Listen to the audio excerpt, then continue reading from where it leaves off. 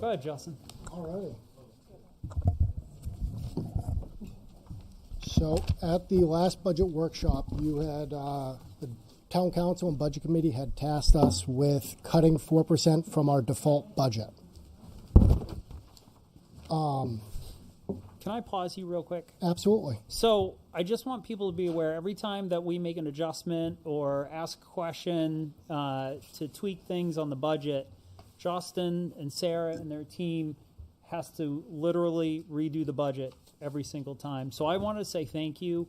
I know that this request here and the presentation that you're about to give took some hours to do. And I appreciate you I appreciate the efforts put in for this exercise and this discussion. So I wanted to thank you, both of you and the staff up in the finance department for doing that. Absolutely. Thank you very much. So let's get into it. Ooh, this buzzes.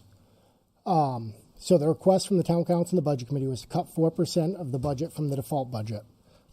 That's the default budget less debt service is $42,540,122. This is about $1.7 million from the budget. Town departments were informed that they should avoid personnel cuts. 4% cut matches the level of cuts requested at the state level. The state cuts were primarily personnel of continuously vacant positions. As of today, the town currently has 16 open positions with 5 pending offers out there. And the town manager position becomes fillable tomorrow, meaning that essentially 6 of the 10 are currently there, as well as we had another one where we had interviews for the position, offered them the job, and they declined it. So we're actively trying to fill these positions. I just want to go over the default budget definition again, because I'm not sure that there is a full understanding. Technically, the default budget is not a budget. It is an appropriation. It is a dollar amount based on the previous year's appropriations, adjusted by debt service, contracts previously incurred, salary and other related employee costs previously incurred, and other obligations previously incurred or mandated by law and reduced by one-time expenditures. I break out the default budget the way I do so you can see where it actually came from and that I'm not just throwing out a random number for you guys. But in the eyes of the state of New Hampshire, it is just a number. It is that 42 million everything. As it says here, I'll read the highlighted part for those at home. Instead of being an actual budget, the default budget is the amount that will be raised if the proposed operating budget is defeated. If the default budget is adopted because of the defeat of the proposed operating budget, the amount raised and appropriated may be expended for any purpose contained in the defeated operating budget. So to put this in context in terms of what the town has been trying to do over the past several years, for the fiscal year 23 budget process, we worked strongly to try and right-size general ledger lines to prevent the need to leave these positions open. As you can see from this, it's been working. At the start of the budget cycle in 23, we had 21 open positions. The start of this budget cycle, we have 15, 16 when you include the added ARPA position, and we currently have 6 in the hiring process. Fiscal year 24 budget process, we made significant gains in right-sizing the general ledger as I worked with the police chief to utilize the unfilled positions he had to help right-size various departments while staying within the default parameters. If you guys remember, this was a discussion of, holding positions, and so we were able to right-size it with chief's understanding that I will make sure that his budget does not suffer significantly. And I believe the promise I made to him was, should he find someone, we'll make sure that we find a way to do it. And this won't be the reason why he doesn't hire someone. The fiscal year 25 budget process, we still work to do it. However, as you guys are aware, I believe it was a 17% increase in insurance. So recognizing that, we took a step back and allowed that to play out rather than trying to increase everything greatly.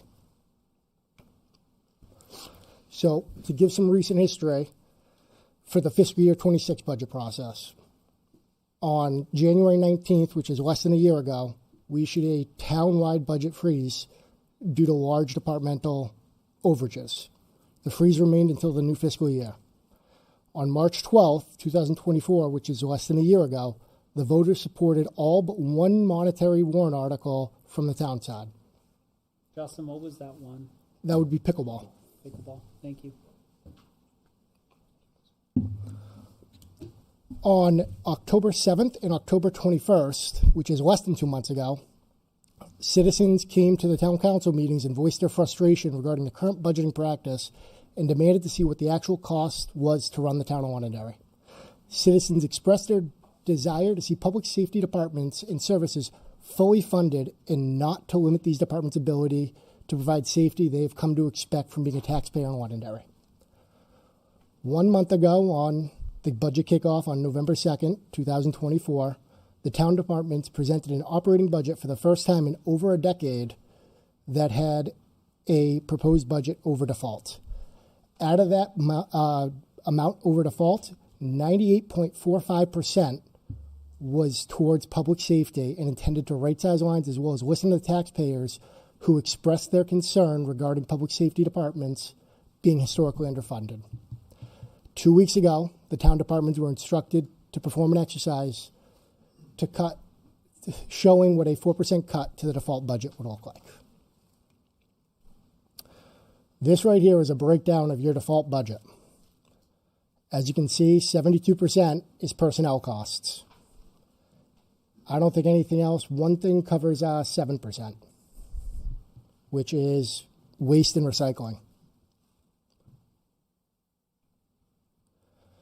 Without cutting personnel costs, professional, contracted, and legal services, road and snow services, the town's waste and recycling, debt service, vehicle repairs and financing, and obligations such as property and liability insurance, utilities, and welfare, there's only $1.4 million left in the default budget.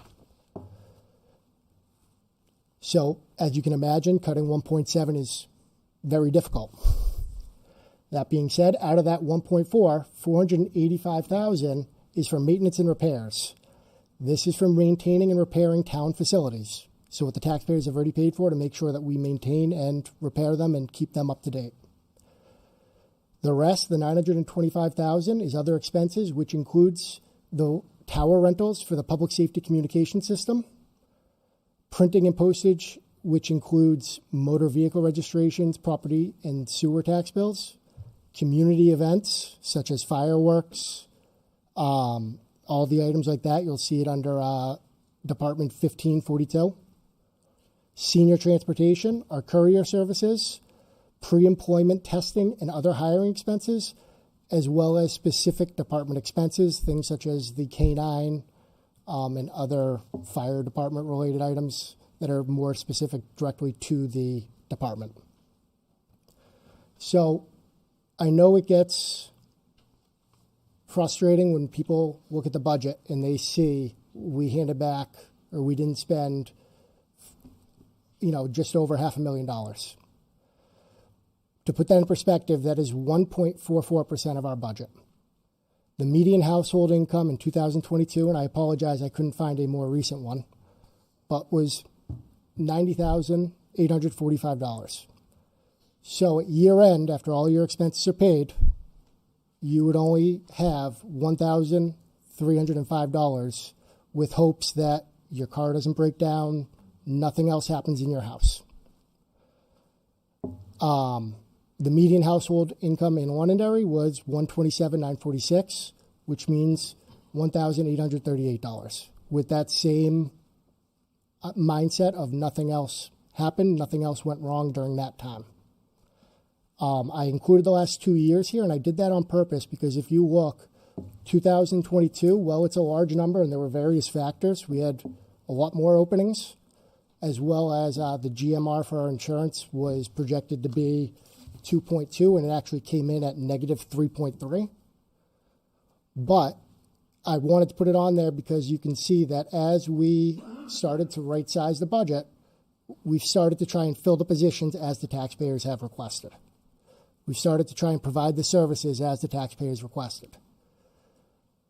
cutting 4% from the default budget would set us back significantly, where we would have to resort to leaving positions open and doing other things of that nature to make sure that expenses that occur can be absorbed. What is 1.7 million? As we know, it's 4% of the default. The estimated tax impact on a monthly basis for a $600,000 house, you're looking at under $13. For a $500,000, you're looking at under 11. $12.95 and $10.80 to be exact, or to be approximate. I apologize. You're going to hear from some of the departments regarding how this decrease of the budget would affect their services that they're able to provide should we continue to proceed down this path in this exercise.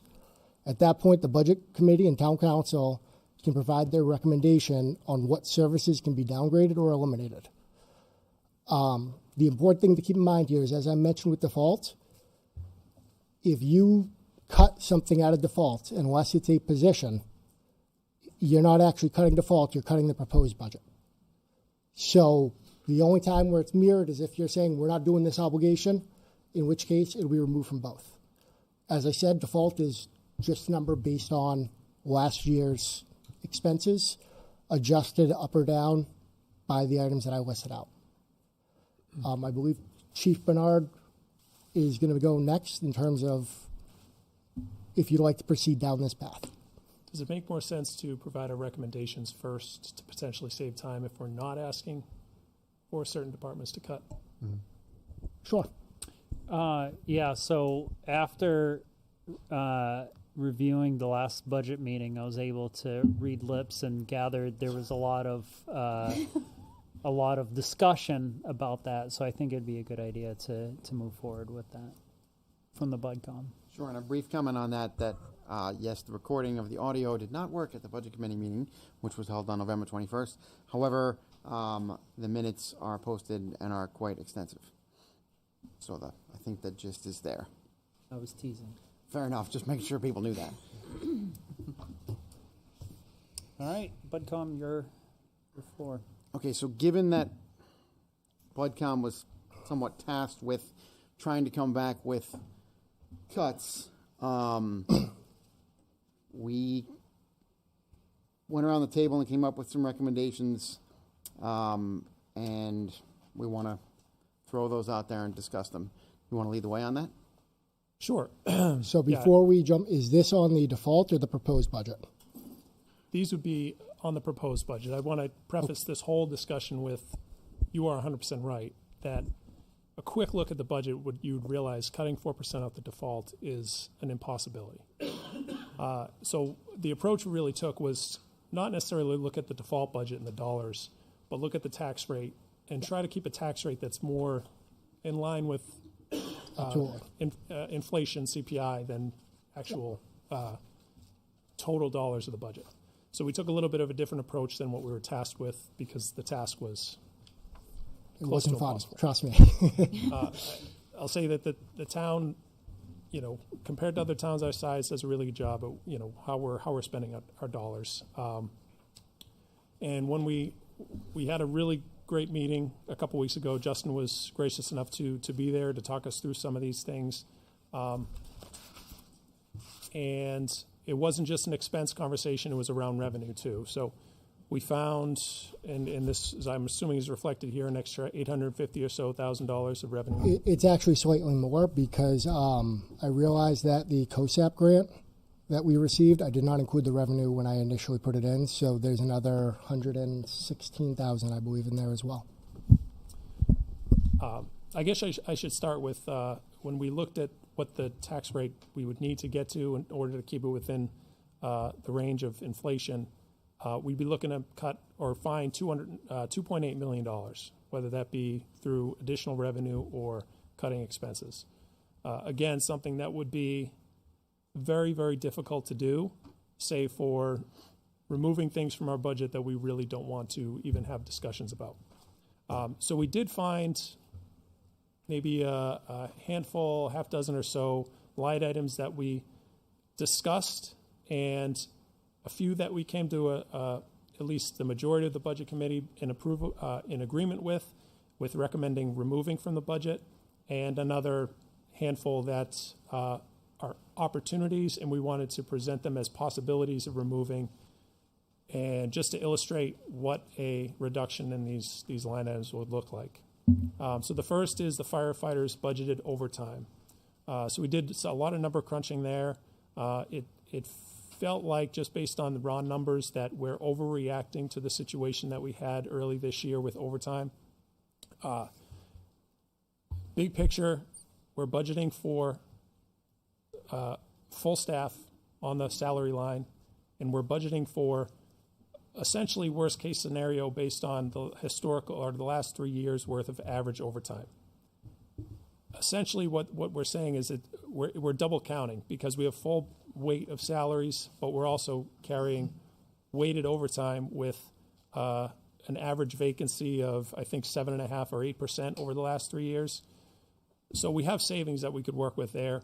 I don't want to get into all the numbers, but we recommended a $191,000 reduction in the overtime line budget, and with the correlating FICA and benefits, we're looking at $244,000 reduction from the budget. The other recommendation that the committee came to a consensus on was removing the warrant article for the children's librarian. Those were the two that we felt comfortable recommending as reductions, and then we have several that we discuss as potentials that we might want to have further discussion on. The first being removing the warrant article for the traffic officers. Just debate about how we're utilizing the staff now, how we're going to utilize the additional officers that we have budgeted that are currently vacant. We talked about reducing the police budget for overtime. A lot of discussion about how they've been using overtime and their staffing levels. Again, to your point about right-sizing other lines. So we certainly didn't come to a consensus there, or even recommend that we're reducing that line item, but it was something we wanted to call attention to. It seems, again, like we're counting, double counting somewhat there as well, but I understand that we're working with not ideal numbers for historical purposes. The other items, the new expense line for public safety, the road safety equipment, the $150,000 addition to the budget this year. Again, a possibility of removing that. Again, no one on the budget committee necessarily recommends that, but just to call attention to it. $35,000 for Old Home Day. Reduce a community service grant from $50,000 to $25,000 as a potential opportunity, and it was asked that the library reduce the overall budget by $20,000. So altogether, we're looking at $1.1 million of potential reductions or removals from the budget, along with close to $1 million worth of revenue that we found. Again, understand that we were tasked, like you were, with finding significant cuts. A lot of those, I can comfortably say that the majority or all of Budget Committee does not agree with all of those cuts. I do think there are some lines there where we can save money. And I think Ryan is dead on about the way we were talking about the fire department overtime, and that we were kind of being doubly safe with some of those numbers, and that if we cut that line a little bit, the 191, I believe, that Ryan suggested, seems like it makes some sense, and that the overtime line is still enough for the fire department to do what they need to do. So if I can. Go ahead, yeah.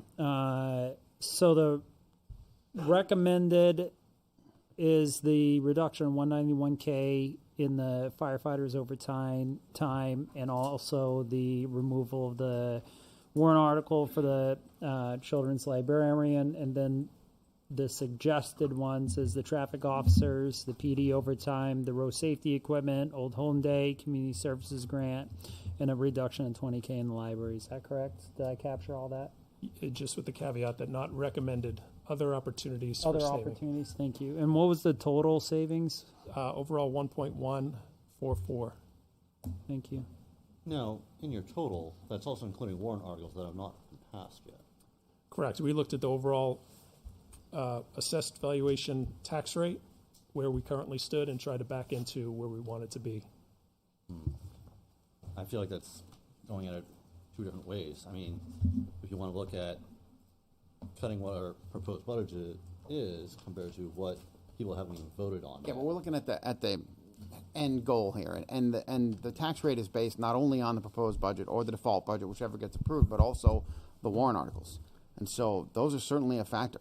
Yeah, I think you hit the spirit of it. So,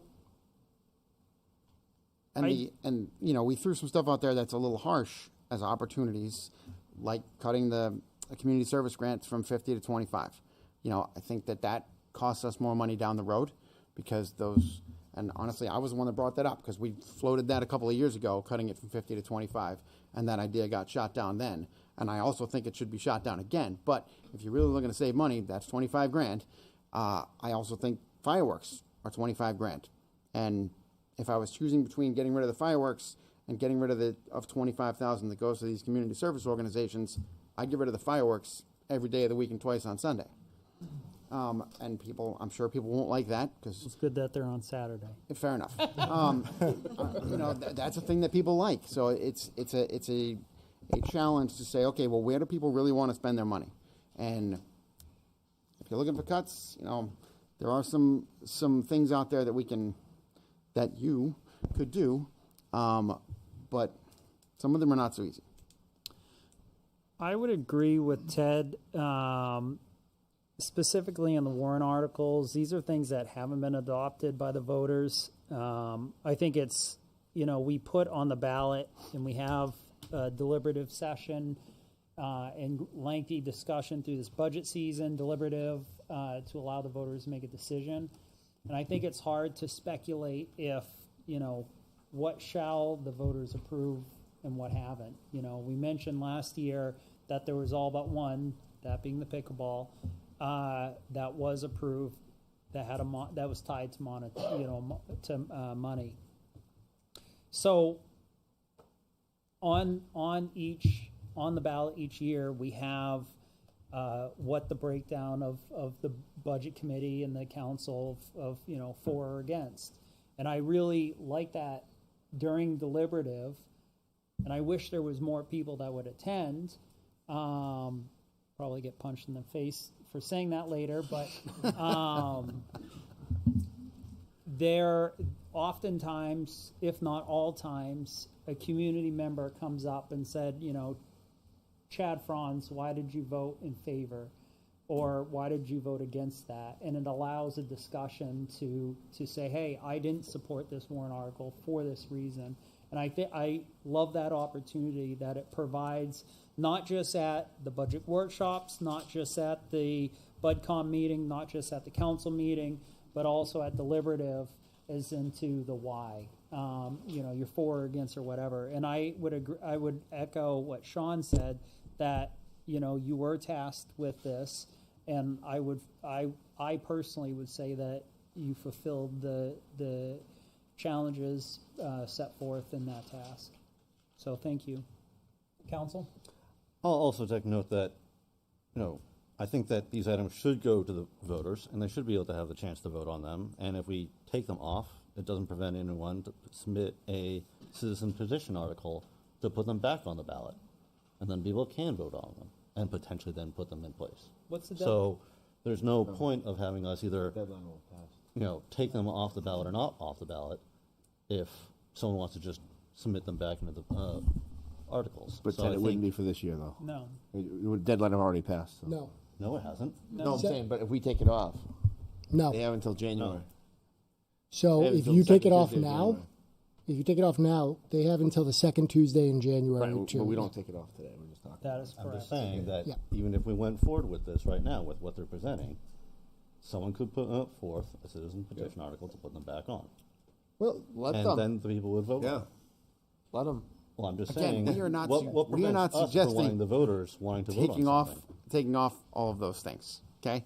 As a matter of fact, in our discussion about the two traffic officers for the police department, we wanted to suggest that we put instead of I had in our last budget workshop here at Town Hall, I had talked to the chief about one traffic officer instead of two as a compromise, and what was his thought about body cams? Like, what was his preference between two traffic officers, one traffic officer, body cameras? Where do those fall? But in the discussion amongst budget committee, we thought that it would be a better plan to put up a warrant article for two traffic officers, and then have, if that warrant article failed, another warrant article for one traffic officer, and then separately have a warrant article for body cams,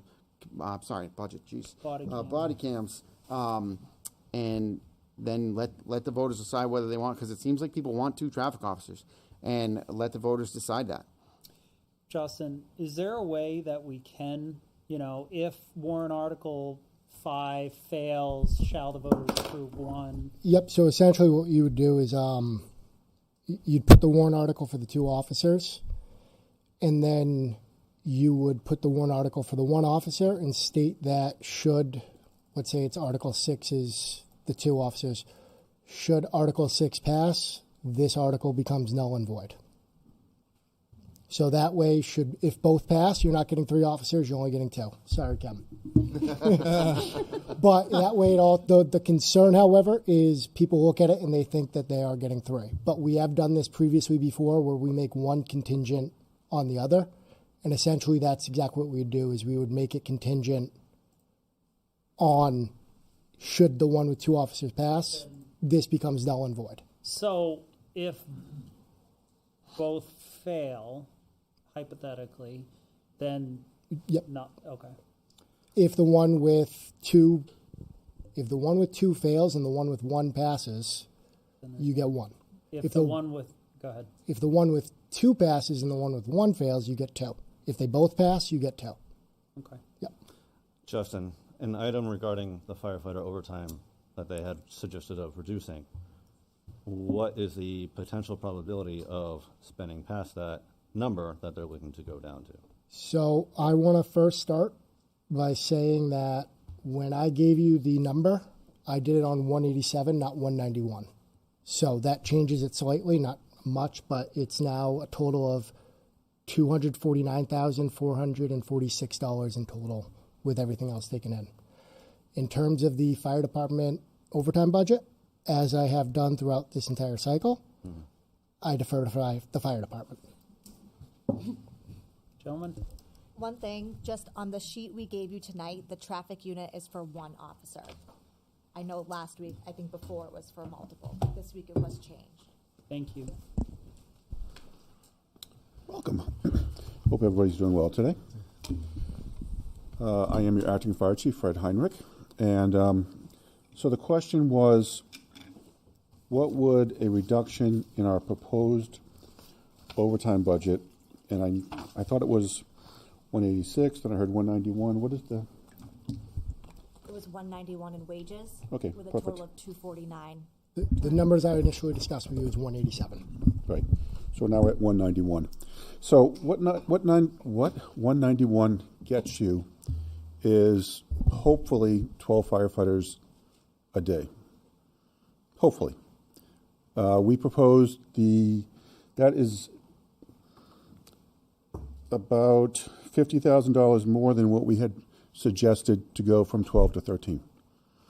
So today it might be 13, tomorrow it might be 12. It really depends on the staffing for the day. One of our biggest problems is that when we staff, certain people have certain responsibilities. So if a lieutenant calls out sick, I am not going to staff a fire engine with 2 firefighters. I am going to hire a lieutenant for their safety and for the safety of the community. So by reducing my overtime, I lose that flexibility. One of the things that, and I appreciate the document you sent me, one of the things that you have to remember is we consistently drop down. So last year we dropped down in February of 24, this year, February of 24, but last fiscal budget. The year before we dropped down to 11 in January. And then beyond that, it gets wonky with COVID. There are days that we dropped down. there are days that we overstaffed. It really depended on what the current thought process was for how to deal with COVID. And that is where we run into the problem with our numbers. Is last year, as all of our budgets were a little wonky, money didn't get spent and on things that needed to get spent. That had an effect in the fire department, it had an effect on every budget. And we are trying to spend that money to get what we need. One of the effects of that is we are drastically drawing down on our capital funds because there's no other way to get money for things that are longer term items. In the past, we mentioned this before, we would be able to purchase gear out of our budget. We are no longer able to do that. So right off the bat, when we replace firefighters' gear, which we replace every 10 years, they have 2 sets for their own safety, that takes a huge chunk out of our budget. And we replace it because it expires, not because we just arbitrarily picked 10 years. That's the life of the gear. It has to go out the door. They can't wear it. They wear expired gear. We're all liable. And that's if we're lucky. Because of the changes in cancer and carcinogens, after a fire, we wash our gear. We wash our gear a lot. And that wear and tear on washing the gear affects the lifespan of the gear as well. So we are replacing gear before 10 years on a lot of people because they use it. And I'm sure you've all seen firefighting gear has PFOAs in it, old firefighting gear. I say old, not that old. We have plenty of guys wearing gear that has PFOAs in it because it's still within its expiration dates. Now, manufacturers, because of the state, have been required to stop manufacturing it that way, which one lessens the lifespan of the gear because, kind of like asbestos, PFOAs made it a better product, right? We don't have that anymore. With that being said, that is also increased the cost of the gear. That's part of the gear increase, is to make it. I don't think there's anything that we own costs less. But that's just to give you a perspective on gear. That's part of the reason our capital reserve funds go down is because we're purchasing more gear to replace gear that's going out, and the cost of it has gone up to make it safer for the environment, for the members wearing it. So projecting has been difficult for us for the second half of the year. One of the things that we have done, and this is the first time in a long time, and I've been here a while, is we will be at full staff on January 6th. We will have no vacancies, and we will have some kind of stability for our people, which is important. The budget presented with what we estimate, and I don't lie to you, this is an estimate, but what I am telling you is that this is what we guess will be the best estimate. Last year we had a budget, and as you can tell, we were a little bit over. And this year, I can tell you that we're going to be struggling to maintain 12 people. So the town council has worked with us. You guys have worked with us. But I think what the important 2 parts about this is the citizens believe that they got 13 firefighters this year. And as of today, we will have the first shift of 13 on Thursday? Yes. On Thursday, having physically 13 people on duty. And that's only for half a shift because there's other stuff going on. But that'll be our first effort at 13. I guess the ask that I am asking is to trust us to manage our budget and estimate what our budget is. If we do underspend our overtime budget, we will know, unfortunately, sometime around, for the 26 budget, we'll know sometime around this time where we're tracking, but we won't even know. And we're projecting 18 months in ahead. You won't be able to. Yeah. And that's part of the reason we did the freeze last year is should an emergency happen, we're not going to tell you, no, you can't do that. So I won't even be able to tell you if our estimate is even close, even for the next budget cycle, which puts us further behind for the next budget cycle. I guess it really comes down to, are we operating a fire department at 12 or are we operating at 13? The reason we sold 13 last year and the citizens agreed with 13 was because paramedics are a limited supply. currently, and they're not negotiations, so I can say things, but our contract for the firefighters is stale. There are agencies, Nashua and Hudson in particular, that pay quite well. I would not be surprised if we lost a firefighter just for pure economics of going to another department. We do really well. We hire a lot of people that are invested in Londonderry. We hire really good people, just like the police department. That's why it took us so long to get here. But I can't tell you what that real overtime number is going to be other than our guess. So it's either intentionally staff us at 12, we'll go with 12, we'll try to get 13, we'll up staff when we get closer to March, April, May, when we have a better idea, but we still won't have a good projection for the next year. So, Chief, yeah. you guys probably didn't come here prepared for this question. How often are you guys, you may know this off the top of your head, split up in multiple directions and you need to be calling in more people? Well, let me say, at 8:30 this morning, we did a staffing recall because we had nobody available. I can give you the mutual aid numbers. The best thing about the mutual aid is our partners in mutual aid have been generous. We use mutual aid far more than we provide mutual aid. And as long as their budgets can withstand that, that will help us. But I don't blame them for saying, hey, this is painful to us as an organization as well. And their staffing is either equal to or less than ours, and they're providing as much as they can provide. So we have communities like, we had a incident the other day at Stonyfield. We had Merrimack in there. Merrimack staffing is equal to ours, so they dropped a piece to come to us. We had Bedford. Bedford staffing is lower than ours. We had we had Wyndham. Their staffing is dramatically lower than ours. We had Hudson, which is slightly lower than ours. We had Litchfield, which is a volunteer department, and they provided resources. So when we have an incident, our neighbors are helping us out, and we need to be available for our people, but for them as well.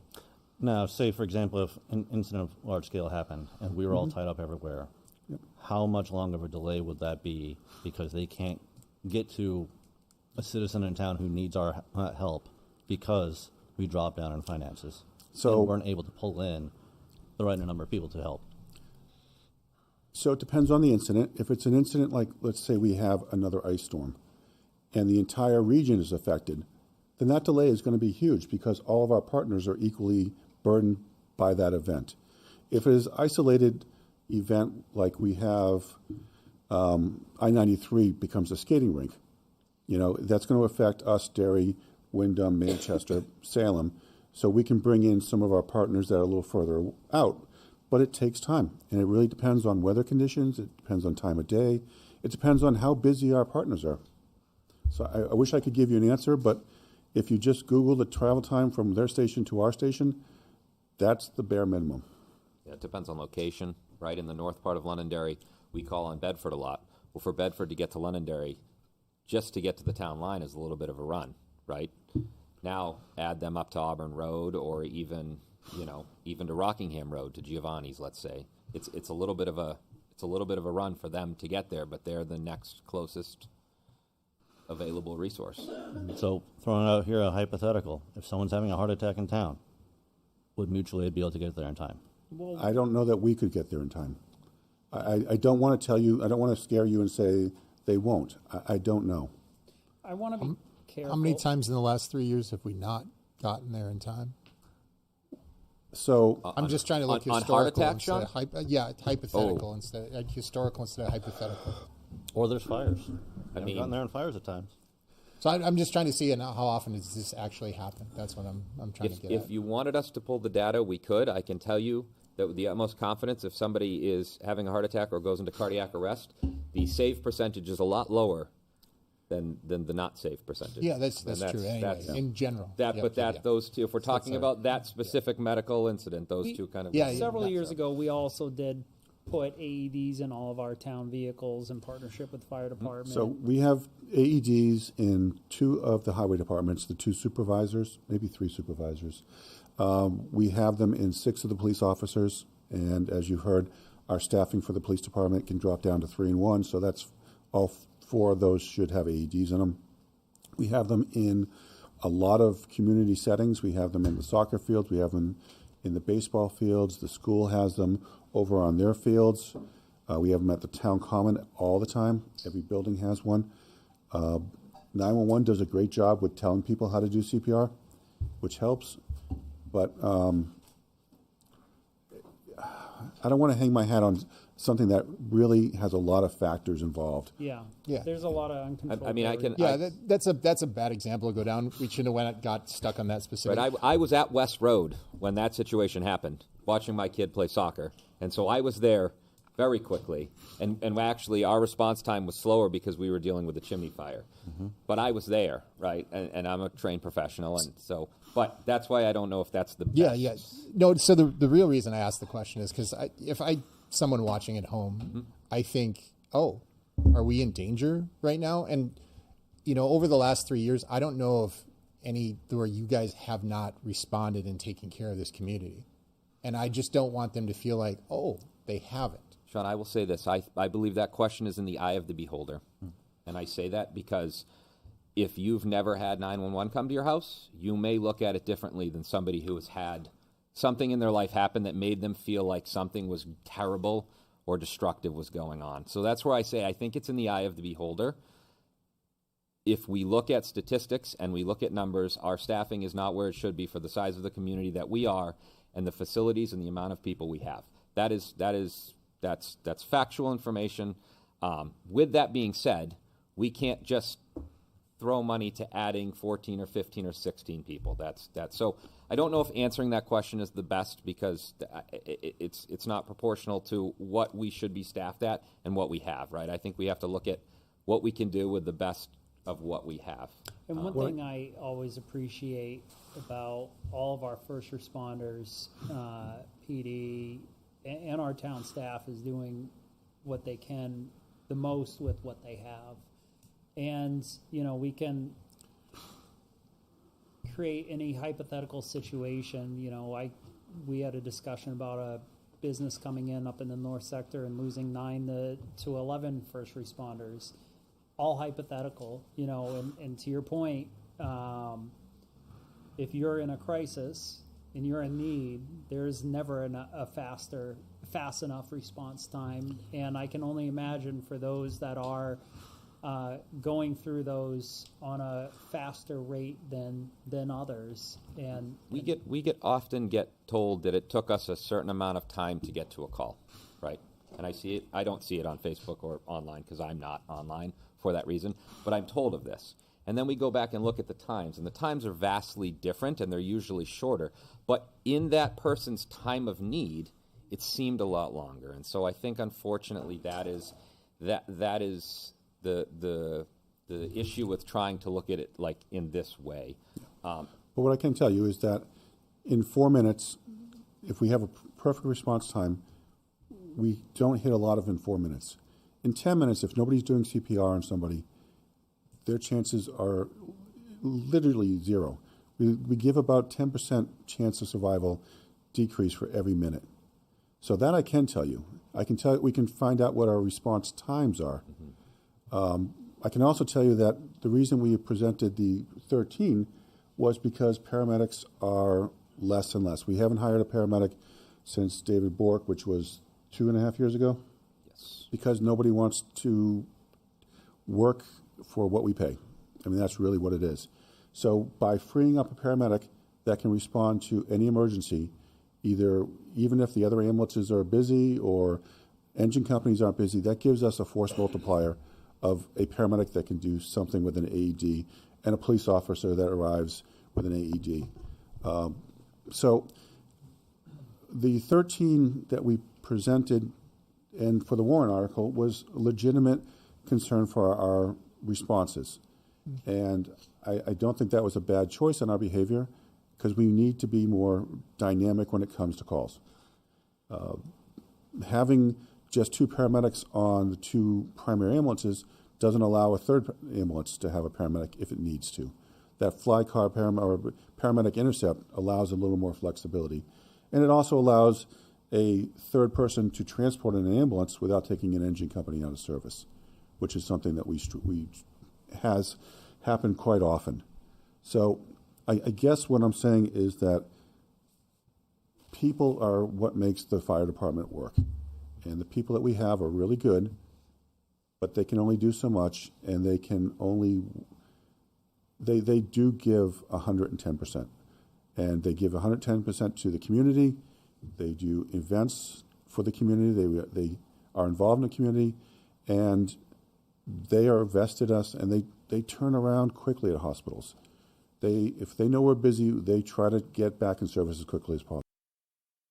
So I kind of want to steer us a little bit back on task. Okay. So the discussion was, and thank you both, the overtime, cutting the overtime. Justin had said 187. BudCom proposed 191. Whoa, no. I'm sorry. No. Those were both our numbers. It was just Thank you. Nope, that was not math. Thank you. Can I also make a stand thank you? corrected. Can I say thank you? Am I allowed to? Ryan, I want to thank you because I read this and it may not have taken you very long because this is what you do, but to me it seems like it might have taken you a long time to put this document together that you sent us, and I appreciate it, right? And I think that you looked at your approach to this was a sound approach, looking at it from the financial way of our numbers over the last 10 years, because the last, or however many years you looked at it, but in the last 10 years we've been in default and we haven't been fully staffed, right? And we looked at it from the other side. But I just want you to know that it's not lost on us, the effort and energy that you put in to figure this out. And it may not have been a lot of energy for you because this is what you do for a living, but if it was, I appreciate it. We appreciate it. So again, I correct my previous statement. Our finance director did not suggest that at all. No.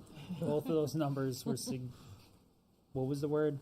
I misspoke earlier. I was working on Opportunities another- for Opportunities. Thank The you. number back and forth has been... So back to the overtime. What cause and effect if there was a $191,000 cut in overtime? What effect would that have? I guess a good way that would be is how many hours would that be cutting off? Can I ask that a different way? Please. So I the will. increase in the fire department overtime line, if I remember correctly, is in the range of 351K, 320 is what I have, but it could be 320. it could be wrong. Okay, and that 320 was a number that you guys came up with based on how much overtime it would be to stay at 13 all the time, right? Yes.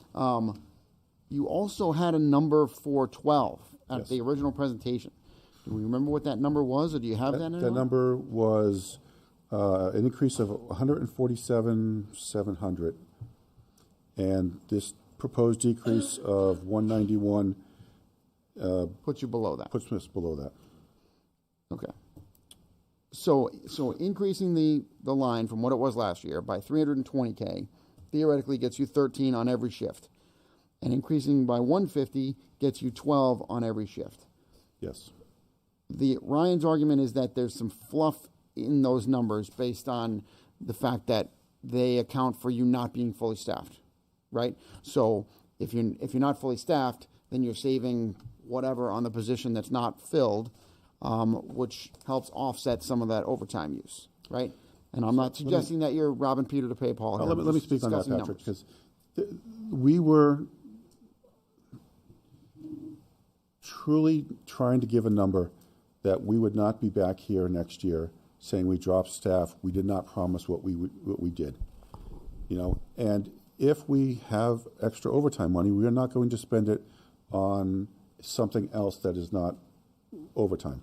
One of the things that you may have noticed over the years is different chiefs, different budgets, different processes would do different things with numbers. So let's say you had a printing budget of 800 and you had a stamp budget of 800 and you needed $1,600 worth of printing.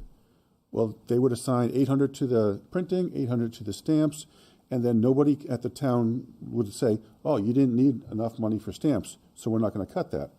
So at one point we changed to, okay, we're going to put 1,600 on the printing. Unfortunately, we had to cut the 800 on the stamps, And then that looks like low fruit for when it comes to budget selection, saying, well, you didn't need the stamp money. Well, we didn't have the stamp money. So it's not that we didn't have the money, it's that we chose not to. And we have lines that are clearly overspent to represent what our actual expenses are. I mean, it would be easy for us just to give you a budget at the end of the year, we'd move stuff around and say, hey, look, every line is perfectly spent magically.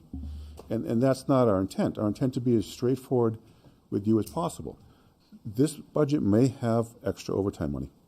And I'm telling you that if we have extra overtime money, we are not going to spend it. I mean, there's a consequence for that, being that the taxpayers paid for that money, but they're going back into undesignated fund. But Justin was talking about our margin. I don't want to get to June and say, oh my God, if somebody calls out sick tomorrow, we're going to go over budget. I want to have a little bit of fluff in the end of the year in case something happens on a fire at the very last week of our budget. If I'm budgeting it too closely. Fred, if you don't mind, can I jump in here? This is one of those areas that I'm jealous of the school district, that they're able to tell their school board come, Bob, are you here? February, March, what UFB will be roughly? They're able to tell early in the start of the new calendar year. I can't tell you what UFB is going to be, what the unexpended is going to be, until I would say at least July 2nd. Because we deal with public safety services. We could, and I mean, this is an absolute extreme, and I'm not pretending like it's not an extreme, but I use it frequently where it's in June, we could have a serial arsonist come to town. If that happens, the police overtime is now shot, and the fire department's overtime is now shot. We have to have money available for that. You look, and we had the winter storm in March. Before that 550 was higher. If we had one storm in March, I think it's safe to say that potentially we could have had two. That 550 is now lower, and we still have several months to go. In terms of their overtime, I don't want to speak to it because of everything else that's happened, but I can tell you that they are currently passing up opportunities because we don't have the staffing available to be able to do it. I've spoken with their battalion chiefs, their deputy chiefs about opportunities out there that would bring in revenue that we've had to say, you don't have the staffing. It's great you want to help, but you don't have the staffing and we're not taxing you guys any further. What this essentially will do is, as Fred's saying, is the hope is it'll maintain 13 across the board, which, as we heard on the 7th and the 20th, it's a safety concern for those guys. And as I've said from day one of taking this position, when it comes to safety, when it comes to public safety, you have to be willing to bend a little bit more. In terms of what you guys want to cut, that's up to you guys 100%. As I said, I'm not going to mention that. But I think it's important to realize that, I mean, right now I'm looking at one of the proposals they had that could have brought in additional revenue to the town, but we didn't have the staffing available. We did the math out in terms of what would we need to bring on staffing to be able to do this versus what revenue would it bring in. It didn't work out. However, we're getting closer to that point where that may be an opportunity, and that may be able to provide us with 2 dispatchers in their call room, that's standard, correct? No, it's we have 2 dispatchers Monday through Friday from 9 to 5, and then overnight is 1, and on the weekends is 1. And so to give you perspective, they dispatch for 3 communities. So if Pelham has a motor vehicle accident, and Londonderry has a building fire, and Hampstead has a medical call, one person is dealing with all 3 of those things. And I offer anyone who wants to come, and Ron did it once, and he had a great time, and you're all welcome to come ride with us. Sean, whenever you'd like, or come sit, or Chad, or any of you, all of you, or come sit in our dispatch, or come sit in our dispatch and watch them dispatch.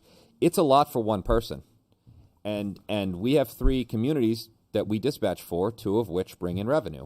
We've had other communities come to us, approach us, but what we were going to take in revenue, I'm not going to make one person now do more work by themselves. It's not worth it. It's not worth it. It's unsafe. All right. You know? So, thank you. Anything else from the BudCon for fire? So, maybe another way we can attack this is that, Justin, you talked about adding I forget what the fund was called, but some monies, I believe it was in the range of $300,000 to $400,000. The contingency fund. The Yep. contingency fund, right? And what was the total on that? That is 396 around that. 396. Yeah. All right. So if we're increasing the fire department overtime, I can't speak today, the fire department overtime by $320K, does that offset some of your concern which led you to want to have that 396 contingency? Could we reduce some of that 396 contingency? So keep in mind that 396 contingency is 100% UFB with zero tax impact. Fair enough. The other thing too is it's not just for the fire department, correct? It's For- for the police department as well, So that DPW, and all extreme sorts of example other I just departments. gave, we'd be able to come to you and say, hey, this is what happened. We need this additional appropriation. Can we use it? So what would happen if we had the great Londonderry fire of 1905 the last year? Like what would happen? Well, how would we handle that as a community if like, everything was on fire? And I'm just curious. So we have the 557,000 that was underexpended. If that didn't cover it, I would look at essentially draining our reserves in various aspects. And then at that point, I would By likely go reserves, to you the mean- state and utilize this as the exact reason as to why we need to draw on fund balance. Unlike the school, we're not able to do that with a public hearing. We need state approval. Okay. So if we had an emergency of There is 'cause an there could be emergency. a bigger emergency than this, and it started going through my head like, what happens if this happens next year, and all of a sudden a whole, just the 1,000-year storm hits us. What do we do? It's one during that March storm. Speaking with the fire department at that time, because we were in a freeze, informed them they could go up to 13 if they needed to, if not more, despite being in the freeze. I can tell you, when we had the ice storm, said I worked 13, for if not 7 more. straight days. And it wasn't sitting around for 7 straight days. So that storm could happen again, right? And I wasn't the only one working for 7 straight days. It was a lot of the department, right? So I think that's an example of something that has happened in our community that drew a huge financial burden, and it was Mother Nature who caused it. Yeah. And depending on the situation, sorry, I don't mean to cut you off. Depending on the situation, FEMA has offered, but they will have emergency relief. Yeah, I just want to make sure we're covered on that end, because no matter what line we put in here, there's going to be some possible disaster that can happen. And that's why I try to leave, some buffer in there to be able to deal with the fact we're responsible for emergency services. We can't decide, hey, 2 a.m., we already hit our overtime quota. We're not coming to the fire. Yeah. We can't do that. And that's where our number was our best estimate, basing it on 13 people and 2 possible injuries. Because to your point, we can't come up here and say, well, what if 5 people or 7? That's just irresponsible. Yeah. We also have members that are in the military, and they can be deployed at any time in their cycle. And I think one of them is actually trying to do some officer development, and that will put him out. For 6 or 12 The weeks. benefit is that we don't have his salary. We have his salary available, but we're paying out 1.5 times that. So a lot of things we have little control over. So can I just add one thing? I don't disagree with you that I believe that the $1.3 million in overtime is probably the right number. What I have a problem with is you average about 8 to 9% vacancy on the salary line historically. So if you assume that similar rate on salaries, you're going to have $268,000 of savings in salary in 2026. So as of January, we're going to be fully staffed. Like we just talked about, we I know. can't predict. Oh, no, and I agree. And if somebody left tomorrow, it's going to, if we had a candidate that was terrific, it's still going to take us 8 weeks to put them through the process. You're right. There is going to be that lag, and that lag gives us a little bit of flexibility, but we're still paying more than what we're saving. And the difference, Ryan, is this, that in the last 10 years, it's not been one position for 8 weeks. It's been 2 or 3 or 1 for a whole year, right? We were carrying 6 at one point. We were carrying 6. And so, unfortunately, those those dollars in the salary that were left over from vacant positions, as long as him and I are running the fire department, aren't going to be like that unless we're told otherwise, and we're told that we can't fill positions and we have to leave them open. Our goal is from January 1st on, when we have a full roster, if somebody leaves, we're going to hire it right away. We're going to put somebody back in that seat because that's the right thing to do. And then, Brian, the other thing that you may not be aware of is that all of the buyouts for somebody retiring comes out of our salary line. So if somebody retires with a $20,000 buyout, that may exceed the amount of time that we have that position open. If I'm not speaking incorrectly on that. So that's accurate. However, we have an accrued liability line that historically we do the adjustment at year end rather than every single time. That way it doesn't draw on it instantly. And should there be money left over at year end, not money left over, but should, the finance department be under budget by $200,000 and they are now over by 30, we're not drawing on that liability because net budget, it nets itself out. But we have to plan we're on that. changing that policy to likely 2 times a year, so it will be better reflected for some of the larger buyouts that have occurred. Okay. Any other comments or questions? I have just one. So it's really easy, I think, to follow the money on this too, right? So if we say the 300 and some odd thousand that you are estimating that you need for the overtime for the 13 people at all times, if there's money left over, that gets added to the undesignated fund balance. Say you have 100,000 left over, for example. We now will have, hopefully as long as the warrant article passes, that overtime designated balance. Couldn't we just take, if that's funded from the the UFB, can't we say, let's say they have 100,000, let's say police has 50,000, so we know we have like 150,000 left from overtime that rolled into the UFB. Can't we then say, next budget season, this is how much overtime is left over. We're rolling this into the overtime emergency fund. The only concern with that is you're not going to know that until a year after. Exactly, yes. Yes. Also, it's not just an overtime fund. Okay. It's a contingency fund for everything. Okay. It also, there are stipulations on how much can remain in there. Okay. I don't know the exact number off the top of my head, and I had it in one of my PowerPoints, but it's a percentage less debt service and one other item, I believe. Okay.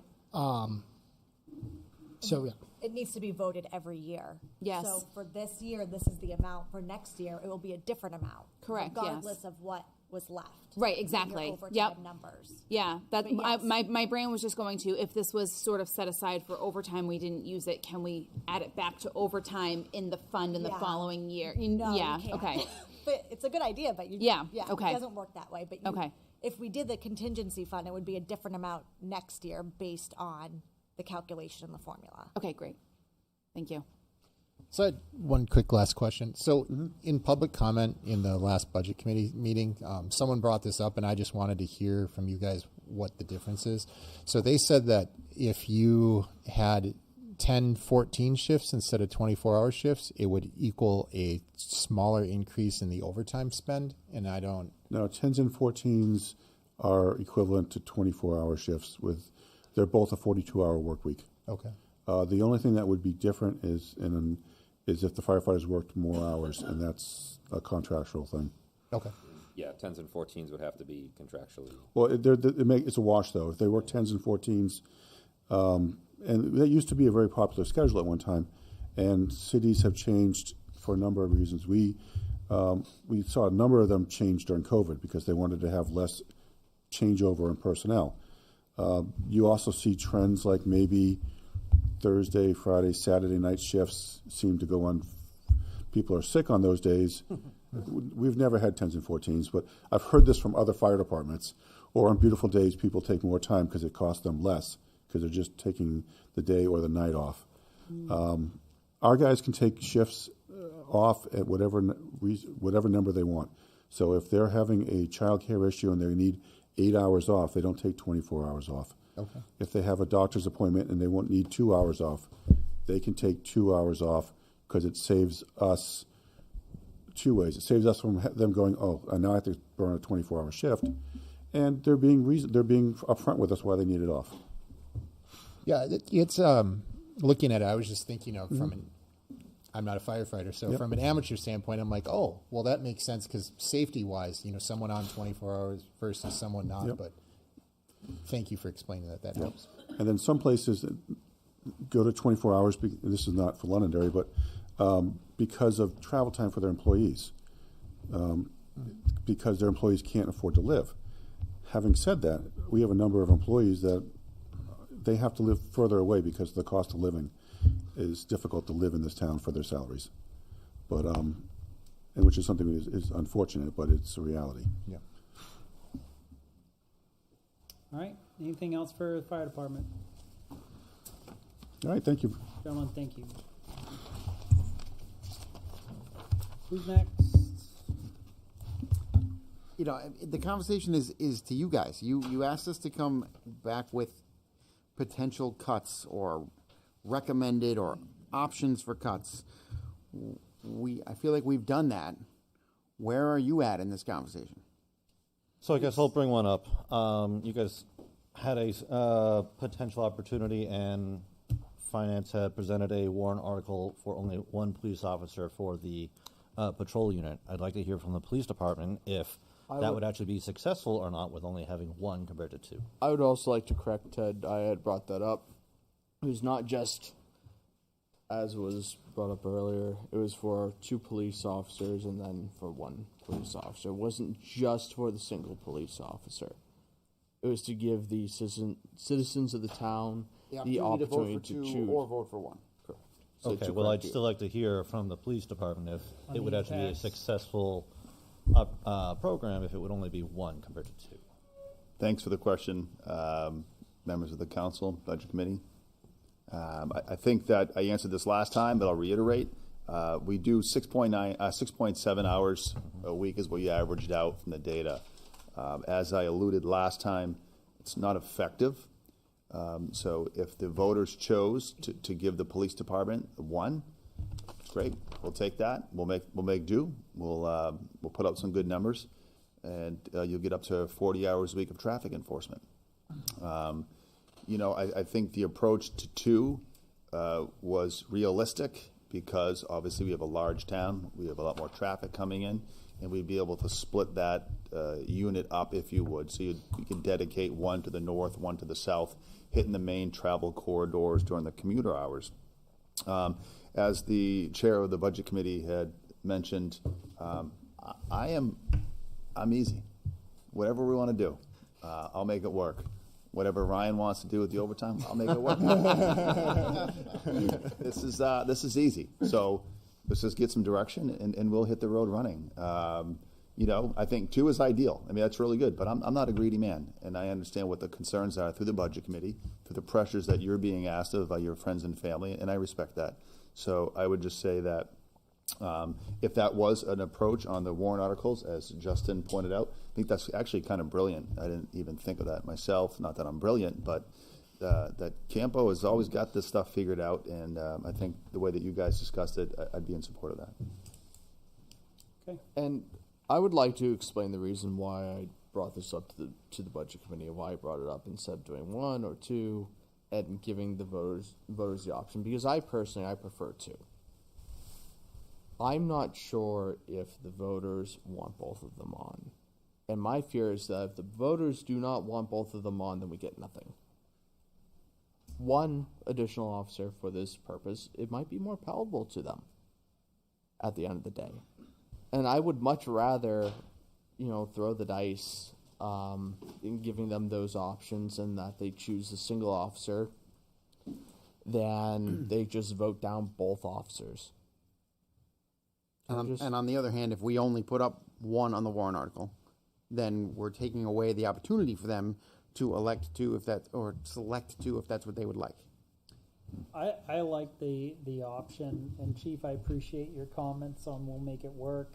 I do like the option of, if this, having the phased approach, scaling it. If the voters chooses, or going with 2 if the voters choose. Sure. I think that as we discussed at that first or second meeting when that question was asked, in the ideal perfect world, these are the concerns that we hear from the community, right? So it's not just we're looking for something creative and to build our roster. That's not it, because there's a lot of added responsibilities when we bring on more people. But the concern is there. It's a real concern for the citizens when these traffic complaints come in, and we sit through these meetings at the traffic safety. We've been sitting on these things for years, and the complaints don't stop. Well, I can tell you, as I said last time, High Range Road, significant reduction. Now, there are still people that speed. Everyone speeds. These roads are what they are. People are trying to get somewhere. But the number of complaints from High Range decreased. Litchfield Road decreased. And I'm sure it's going to decrease on Gilchrist. So, again, I think that the idea of the question that was asked was an idea. I think it's a direction we should investigate as to which direction.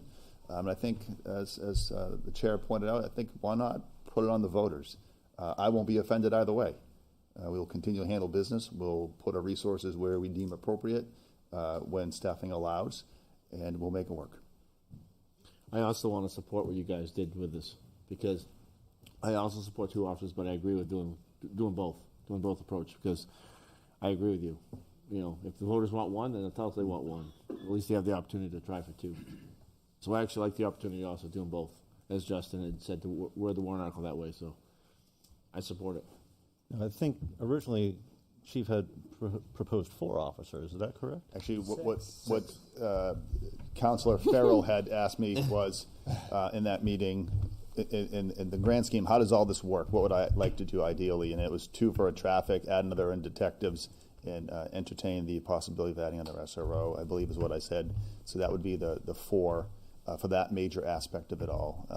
Obviously, schools are a big issue, and I think these are the things that we address when unfortunate threats happen in our community. We react to those.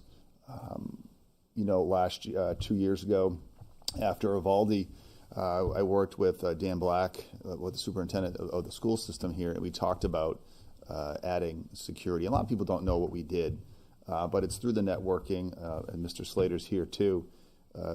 We networked him with an idea for the school. And what we did was we had an extra officer on overtime, and we would have them staff the school that was vacant. We did that because children belong to a parent, and children are in schools learning. And when these things happen, parents worry. And when parents worry about their children, it's our job as the police department to protect them. In collaboration with them, we made that work. Should the time come and we have an officer in every school? Absolutely. But I think, like everything else, we'll get there in time. I think if we set plans in place, as the finance director had mentioned earlier, that these are some of the conversations that we've been having for the last several years. We knew where the errors were through our town budgets, through our department budgets, and we just didn't, wing it. We have a plan in place, and we're trying to get there. So to that, in an ideal world, we can get there down the road. We'll figure it out when it's appropriate for everybody. What a lot of people don't realize, because it's not openly discussed, is there is a lot of collaboration between the forms of government where, the fire, PD, DPW will collaborate with their departments, and there's just a harmonious relationship back and forth. Where the schools will help, troubleshoot an HVAC system over here, or we provide. I know that the fire in your situation where you just mentioned, fire mentions something several months ago about providing dedicated medic at the football games. I think we'd be remiss if we didn't discuss that. Yes, we've heard there, one pair of pants, 2 pockets, but there is significant that the public doesn't know, and I think it should be discussed more often, where there is collaboration between library, town, and the schools. And that's really comes down to that networking and that relationship building that your colleagues, the schools, the superintendent's office, town manager's office put into in the effort. So I think we'd be remiss if we didn't talk about all the cost avoidance or cost savings that we have by that partnership.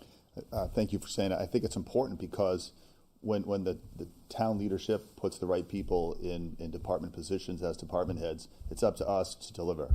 And we collaborate quite often. And I will say this, as the union president for the department heads, this is something that we do quite often.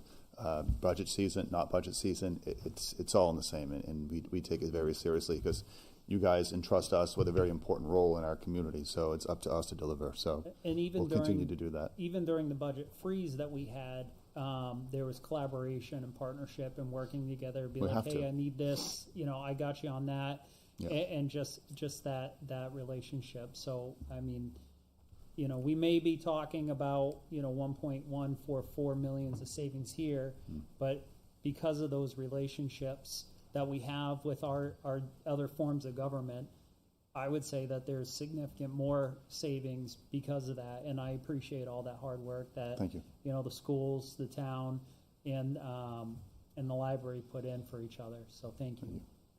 Anything else for PD? All right, go ahead. Bring back data. For which one? After you get one or two, I still like one, but So are you asking me to get data if this gets approved, you mean, by the voters? Yeah, absolutely. That would be easy to do. Did you get the data we gave you Yep. a week and a half ago through the deputy chiefs? the map, it made me so happy. Yes. Yeah, so I'm glad you got that. I'm glad thank it worked you. out. Okay, we can do that. All right. So Justin, if I see this correctly, right now, what you're Chief. proposing on the warrant articles, one officer would be 4 cents on the tax rate. Is that correct? So, am I reading that right? Yes. And so then potentially 2 officers would be 8 cents. Is that correct? I don't have what you provided to us 4 weeks ago. If we did 2 officers, and correct me if I'm wrong, everything would be doubled except the cost of the vehicle, so it's not exactly twice the amount. It's less than that, a little less than 6.9 cents. Okay. that. So your salaries, benefits are doubled, but they're only asking for 1 vehicle. Correct?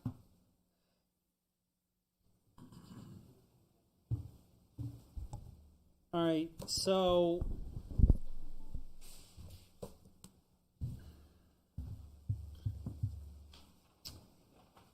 you were gonna say something wrong?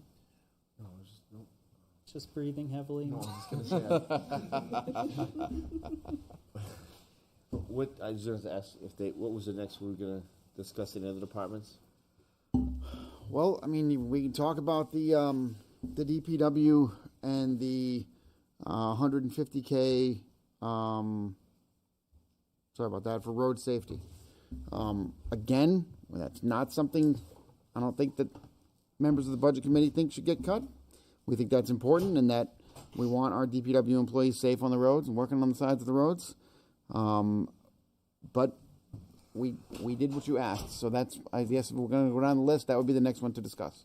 That's one of those where I see it could get split, where some of the safety equipment we could get, but the police detail included in that could also separate that out to get it smaller while still providing some of the actual safety. I would refer that question to Mr. Wally.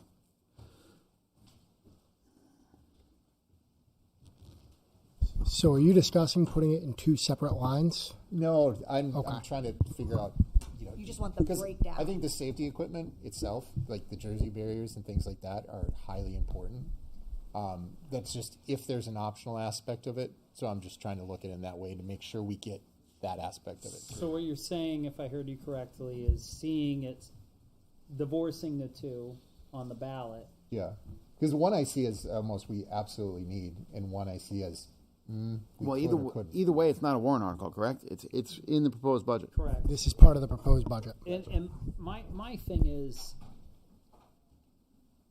these are the people that are out there keeping our community safe. And I'm not trying to make it emotional because, you brought up great points earlier. Is like, we used to say in the Marine Corps, what if grasshoppers had machine guns? We'd all be screwed.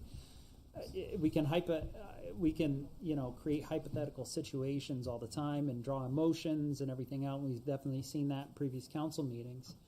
But at the end of the day, we have a professional or professionals that say, hey, look, the community, we hear the community is addressing traffic, the community, or the community has highlighted traffic, the community has highlighted other things. They've highlighted, a need for response time. They've highlighted a need for services. They've highlighted a need to keep our roads clear and everything else. And we have the professionals that, as Chief Bernard said earlier, that we hire the right professionals to advocate for the things to address and mitigate those concerns. When we're talking about the, safety of SROs versus safety of our DPW, they're both equally important. They're the ones plowing our roads. They're the ones protecting our kids. Again, not to draw on emotions and stuff like that, but we have professionals that are here telling us, hey, these are concerns, and these are the things that we need to mitigate those concerns and keep our employees safe. Who, oh, by the way, keep our community safe. And if I may, Mr. Chair, I think the argument for not breaking up that number into two different lines, one for police details and one for equipment, safety equipment, was that it gave DPW the option of spending it different ways based on the opportunities. If they had an opportunity to get some discounted equipment, they could do that. But if we had already used that bucket, that takes that away. So having it just be 400 for safety, I think gives them more options. And I want to highlight a previous conversation. I'm sorry, Dave. Have you a question? Happy to sit down. I just want to highlight previous budget workshops where, the director of DPW discussed, hey, when I have flaggers, we're pulling 2 personnel from an already strained staff to flag when they can be doing their job. They're in place. If we were to bring in PD, hypothetically, to provide those flagging services, he's not pulling, Chief Bernard, you would correct me, you stated you would not be pulling from patrol. They would be coming in from overtime, and that's what, correct. Mm-hmm. So just want to highlight that. We're creating a delta of 2 with the flagging for each tree removal or whatever, versus pulling people who are off and not subtracting from those who are on duty, if that makes sense. Yeah. So just to explain how we arrived at that number a little bit in greater detail, and I think you're all kind of saying the same thing, but the 150 was derived from, in a perfect scenario where we're fully staffed, and when we looked at how many times we set up our work zones and we're doing the trafficking ourselves, traffic control, we arrived at 1,500 hours. We took that, multiplied it by the rate that the police department hires in police officers at, and it's $99 an hour roughly, and so therefore you're at 150,000. Now, that being said, I would hate to advocate for a line increase like that, or create a new line, and then it fall flat on its face, because for the last 2 years we've been struggling to get to full staff. We were down as many as 4. Sadly, we just lost another candidate, second one in as many months, to declining our offer because we don't pay enough. So obviously we're not going to have work zones set up as much and hit that 1,500 hour mark for flagging. What we also didn't want to do was to just pigeonhole ourselves into having it only be for one sole purpose of hiring traffic details. So if we felt as though we had a project, say something very significant, like a major culvert collapsed portion of it or something to that effect, or we had to replace it, so we were going to set up, it would be more cost effective to rent some Jersey barriers to cordon off that dangerous area, set up some temporary traffic signaling or whatnot, rather than having 2 traffic officers out there day in, day out for 4 weeks straight. It might be simpler to just rent, some of those items and put those in place. So that's the line that would come from. So I didn't then say, well, let's, throw on another $25,000 on top of the 150 for that. No, we wanted to try to stay conservative, but have the flexibility so that in perfect years, if we're doing a lot of work and we're fully staffed and we have the ability to, we'll predominantly be using that for traffic detail officers. But if we have real large projects, it makes more sense to bring in, equipment that we can do and then make it a safe work zone that's temporarily set up and not have to use detail officers, then we can do that too. So just provide a little bit of flexibility. So the equipment is rented, not purchased then? Correct. Okay, that's where I was missing. Yeah. Because I thought, why wouldn't we purchase this equipment? No. And then, okay. Because those are items to go out and purchase, temporary traffic signals where you set them up. I don't know, perhaps if you've ever been orange through. ones that. Yeah, they signal. reach up over their trailers and stuff like that. You're looking at a cost like $75,000. Why would we come in front of you and ask to buy one of those in the event of, and talking about what ifs? It just makes more sense to rent it. Same thing with Jersey barriers. We're not going to go stack up 300 of them down there. We have some for smaller little things, but if we wanted to set up a true zone and you need a bunch, then you just rent them.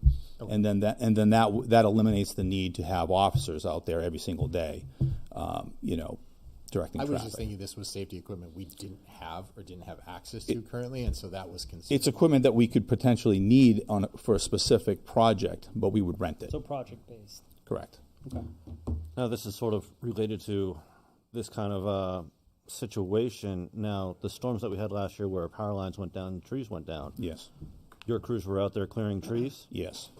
But you didn't have, I'm assuming in most cases, a police detail watching out for your guys who were clearing, correct? In emergency services, no. Virtually all three agencies are pretty well maxed at that point. So we'll do things like just block the road. I mean, the community at large knows we're in an emergency, and so You the do a really community. good job at posting that on Facebook. And all three departments do that.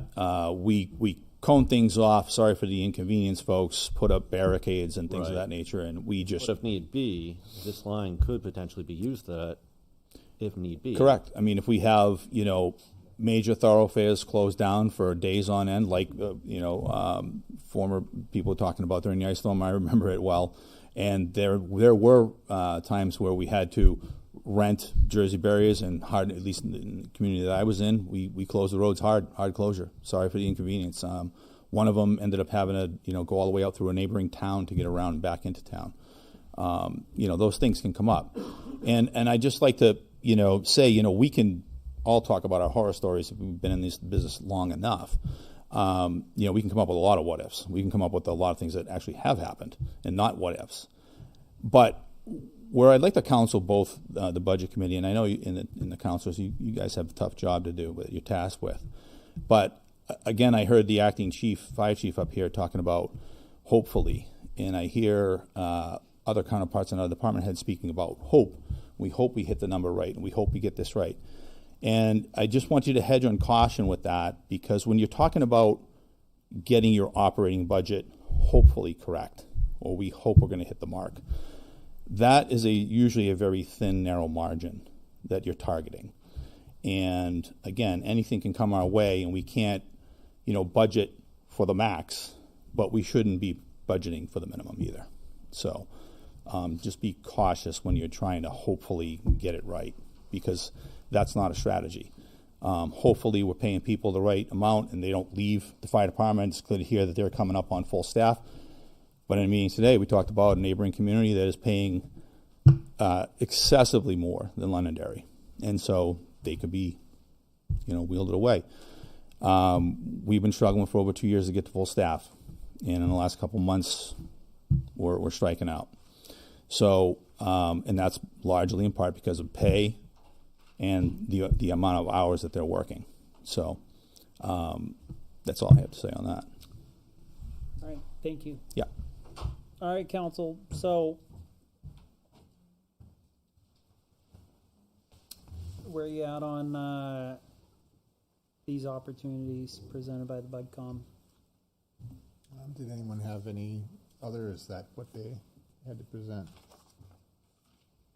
Library? Oh, Yeah. yeah. Well, actually, I think it's not up to us or up to the town council whether they put that warrant article on the ballot or not. That's up to the library trustees. That's correct. I was just thinking. Well, it's up to us if we put it on the ballot or not. We have to vote on it. We can say it doesn't go on the ballot. outside of the warrant article, it's just. I would have to do research on that one. That one I don't know off the top of my head. I can tell you that if you don't put it on, they very easily can do a citizen's petition.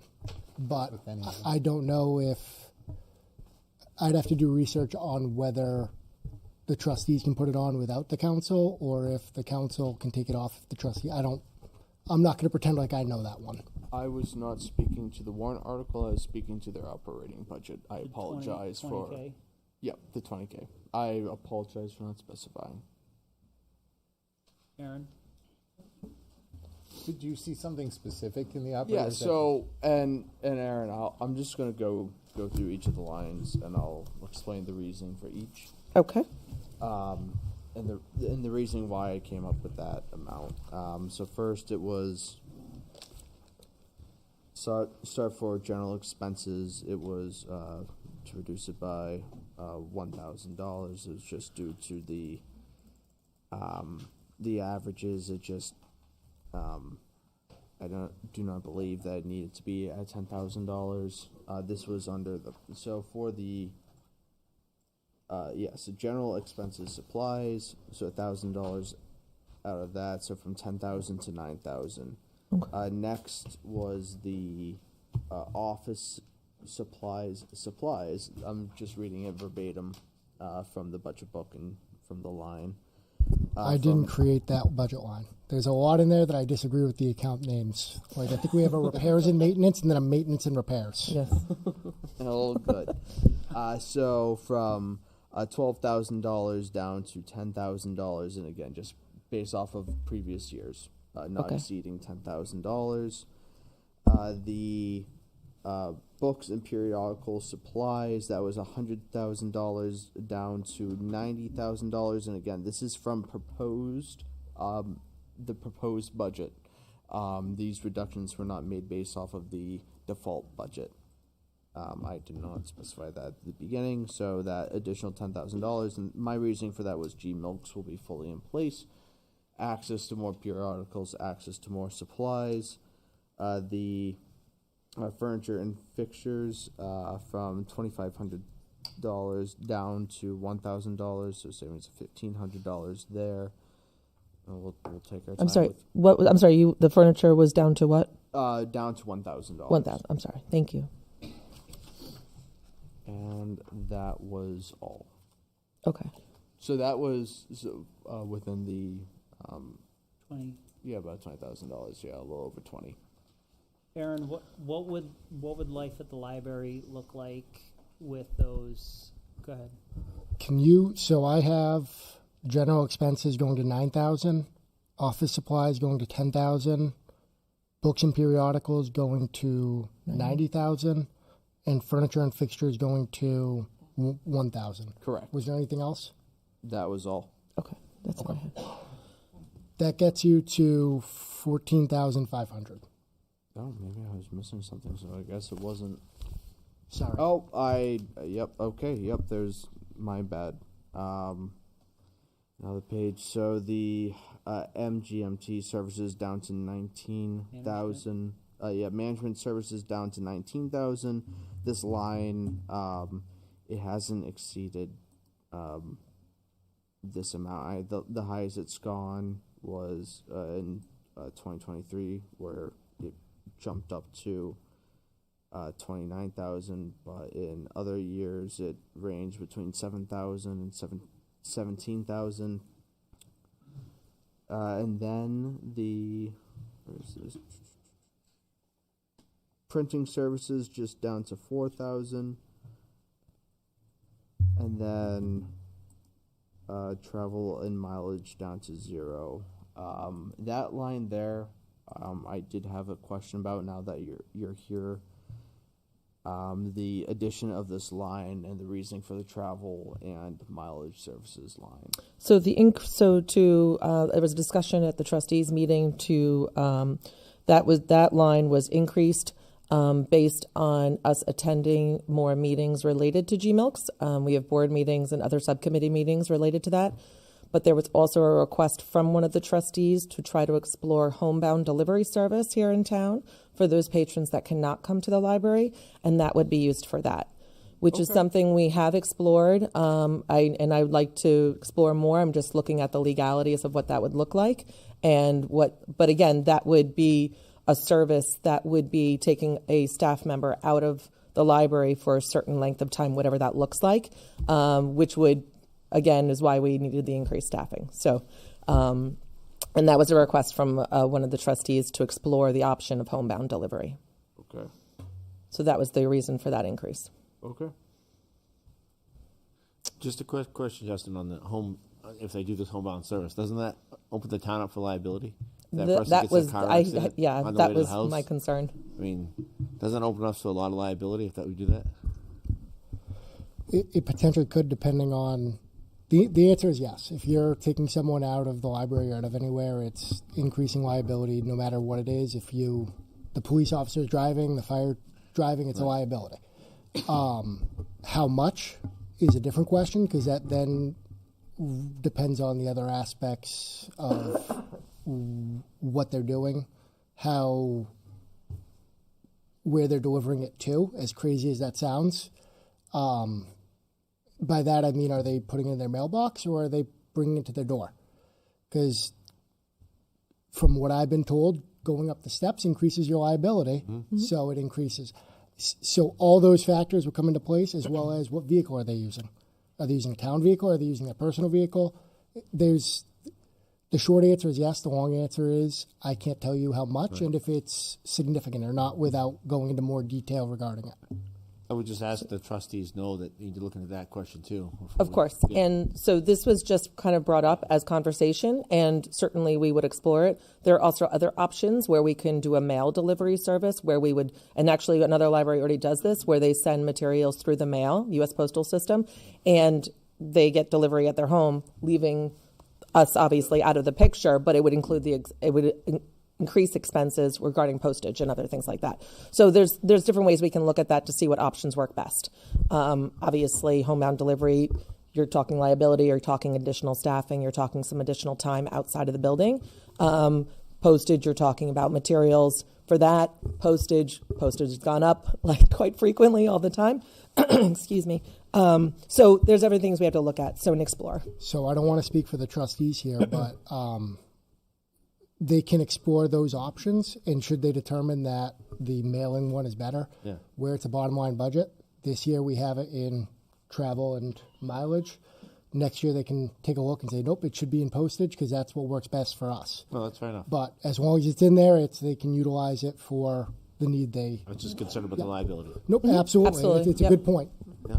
And the reasons why, because I penny pinched around the library budget. There are members of the community who said that they were looking. They're like, oh, there's $200,000 that you could cut out the library budget. So I took a look and saw what I thought maybe what could the library afford to cut down on, and it's up to the trustees at the end of the day. Yep.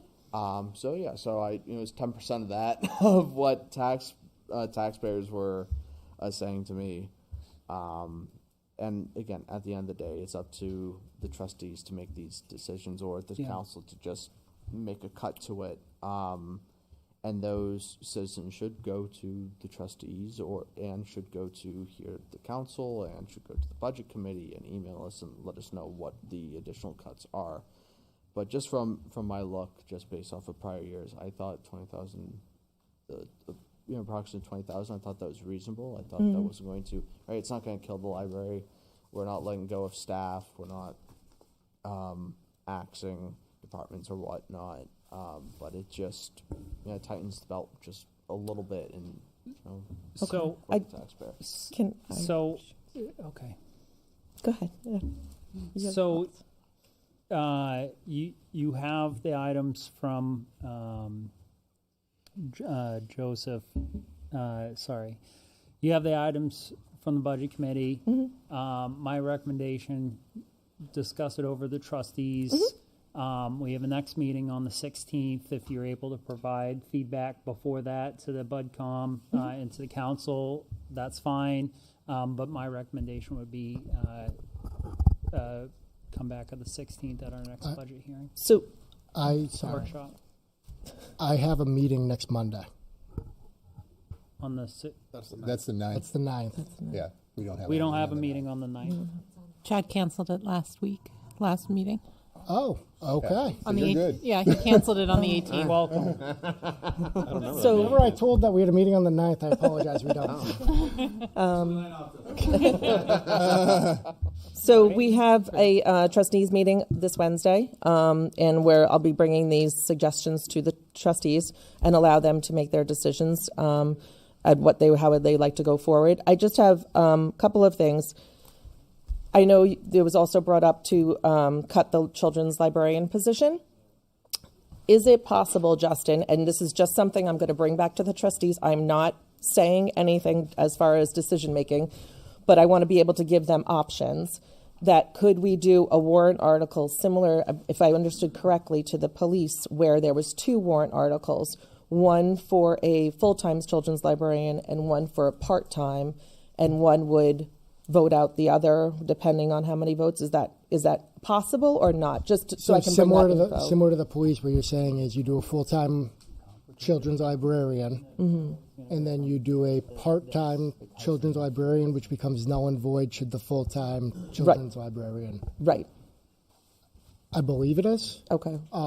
Where we're doing it twice on the same ballot, I now want to verify with DRA because I'm fighting it on 2 articles, not just one. Yep, that's fine. I just want to be able to bring that option. One article, I feel like I can make that argument with DRA where it's now 2. I just want to verify that they are. That's perfectly fine. I just want to be able to bring that option to them. If they heard that the police are doing it, maybe we can do it. As I said, we've done it with other items. We've done it with capital reserves and dissolving and things of that. So I don't see it being an issue. Okay. But I'd like to verify whether Absolutely. That's what the school did last year. Absolutely. Yeah. So just looking it's at one, I'm 98% sure, but I want to get you that extra 2%. That way, no, I totally we're not understand coming that. and saying, Justin, what'd you say? So just giving some perspective for people here and at home, value of my home is $624. This warrant article is a penny, is 1.9 cents per month, is 98 cents a month to have a full-time library person for the children's section. Less than $1 a month, at least for my home. There could be other people, slightly different situation, but less than $1 a month to have a library full-time person. Off of everything else. Less than $1 a month? I mean, $1 a month? All right, $1 a month. All right, stop. It's less than Come a on, candy bar. Can I just speak? This banter back and forth. Can I just Seriously. speak to something where I totally understand police, fire, and DPW are extremely important services. I respect my department heads here very much. But I do believe that the library is also important. We provide a quality of life service that I believe our patrons feel is important to them. And our numbers, excuse me, I'm losing my voice. Our numbers have gone up from the year as far as attendance, to our programming, to the library, to the services that we offer. And I have heard things where we want to shut the library down completely to help save the fire department. That's concerning. Well, I have. And that's concerning. And so I just want to make sure that we all understand that what we provide over there is important to a lot of our community members. And it's their lifeline in a way, just as much as police and fire are to some people. And I think that needs to be considered, that we do offer a service that's important. And when I come to the trustees and I present my recommendations and my, whatever that looks like to them as far as to continue those services, it is a minimal ask. It is not an ask of overabundance or anything of that nature. I respect the community and the fact that, there are, we don't taxes, all of that. I totally understand. But when I look at the library and I look at the services that we offer and what I want to continue to be able to offer to our patrons and our community, I feel it's important. And I wouldn't be doing this job if I didn't. And I think when I bring those to the trustees, I'm bringing that as a recommendation. In the end, you're right. It's their decision on how they want to move forward. And they could decide, I can go to them on Wednesday and say, okay, this is what the recommendations are, and they could say, you know what, nope, we're not touching a thing, we're going to go forward, and that would be their decision. And I would respect that as their decision because that's what they're allowed to do. But I do want to say that the library has a very important role in this community. You heard it from the people from the concert on the Common, how popular the Saturday concert was and how wonderful that was, and the collaboration that we've had. We've had collaborations with both police and fire, and we want to continue that. And so this budget reflects that continuing process. So that's all I wanted to say. I also want to provide some food for thought because when we had the budget meeting on Thursday, I pulled together some data. I looked at Londonderry compared to 9 other towns of similar populations: Derry, Bedford, Hudson, Salem, Rochester, Portsmouth, Keene, Dover, and Merrimack. And Londonderry, the New Hampshire State Libraries posts data for all of the towns in New Hampshire every year. So this is based on 2023 data. It's the most recent data that I have. The Leach Library had a budget of about $1.3 million for the year. The highest was Keene, having double the budget at about $2.4 million. Hudson had the lowest at $1.1. For reference, Keene has a population of 22,917. Well, we have a population of 26,708. We have more people and we have half the budget. If you take the annual library's budgets and divide it by the town's population, you can kind of get a per capita cost. So in Keene, it's $105 per person. So the annual budget divided by the 22,000 some odd people, it's about $105 a person. Londonderry is $48. The average for those 10 towns is $59.34. If you were to give Londonderry just the average, the budget for that year would have been $1,584,833, an increase of $293,000 for the year, or 22.6% of an increase. I looked at how many librarians we have. For that year, we had 13.4 librarians. Well, Portsmouth, a town that has, again, a lower number of population, they had 22,000 people, have 27 librarians. The average number of librarians for the 10 towns is about 16.8. So we are 3.4 librarians short of the average of 10 towns of similar population and size. The library is open it is open this many hours, 3,250 hours a year, the second highest of all the libraries. Bedford had the most at 3,370, so about 120 hours more a year. And Keene, the library with the highest budget, had 2,610 open hours. Our librarians handle the most reference transactions per year, 19,445 out of all 10 of the libraries. Salem had the least at 1,342. We have the third highest physical collection of all of the libraries of those 10 libraries, and we have the second highest collection of ebooks. All of these things mean that our librarians, where we're technically we are short-staffed by 3.4 people, are doing more hours with a bigger collection and handling more reference requests than all of the other libraries. We are doing more with a significantly less than other neighboring towns of same population size. And so one of the reasons I bring this up is this ask for an increase of the children's librarian. One of the things I looked into in children's librarians is literacy rates, right? Literacy rates are important. Literacy rates are actually so important that the Department of Justice keeps tracks of literacy rates across the country and test scores, because you can accurately predict crime rates based on literacy in this country. And so if we do not have good literacy in Londonderry, we're going to have higher crime rates. So that children's librarian and the attendance in children's program has a direct correlation to test scores and literacy rates according to research, which directly lowers crime rates, which I'm sure, Mr. Bernard would like to see very much. So all of these things sort of accumulate into the need for a children's librarian. We're short-staffed, we're doing more with less, but also if we're thinking about the town and what we want our town to be long-term, these are the types of things that are important, and I think these are the kinds of investments we need to make for now and for the future of Londonderry as well. And so If the fire or police knows where I can pull this data together from and compare it, I will most certainly do that as well. But the library data was very easily available because it was all presented on the state website. So Thank you, Kate, for that. You're welcome. That was informative. All right. Well, thank you very much, Sharon. Thank you. Appreciate your time. Thank you We'll all. see you on the 16th. Justin, what do you need to advance, not to the 9th, to the 16th? So we've heard a lot of suggestions. I need to know what you want me to carry forward to the 16th meeting. There's two more things before we get to the end of it that I want to bring up, because these actually have to do with the council, and I think it's only fair that we bring them up. One of them was brought up by Mr. Plaza down there.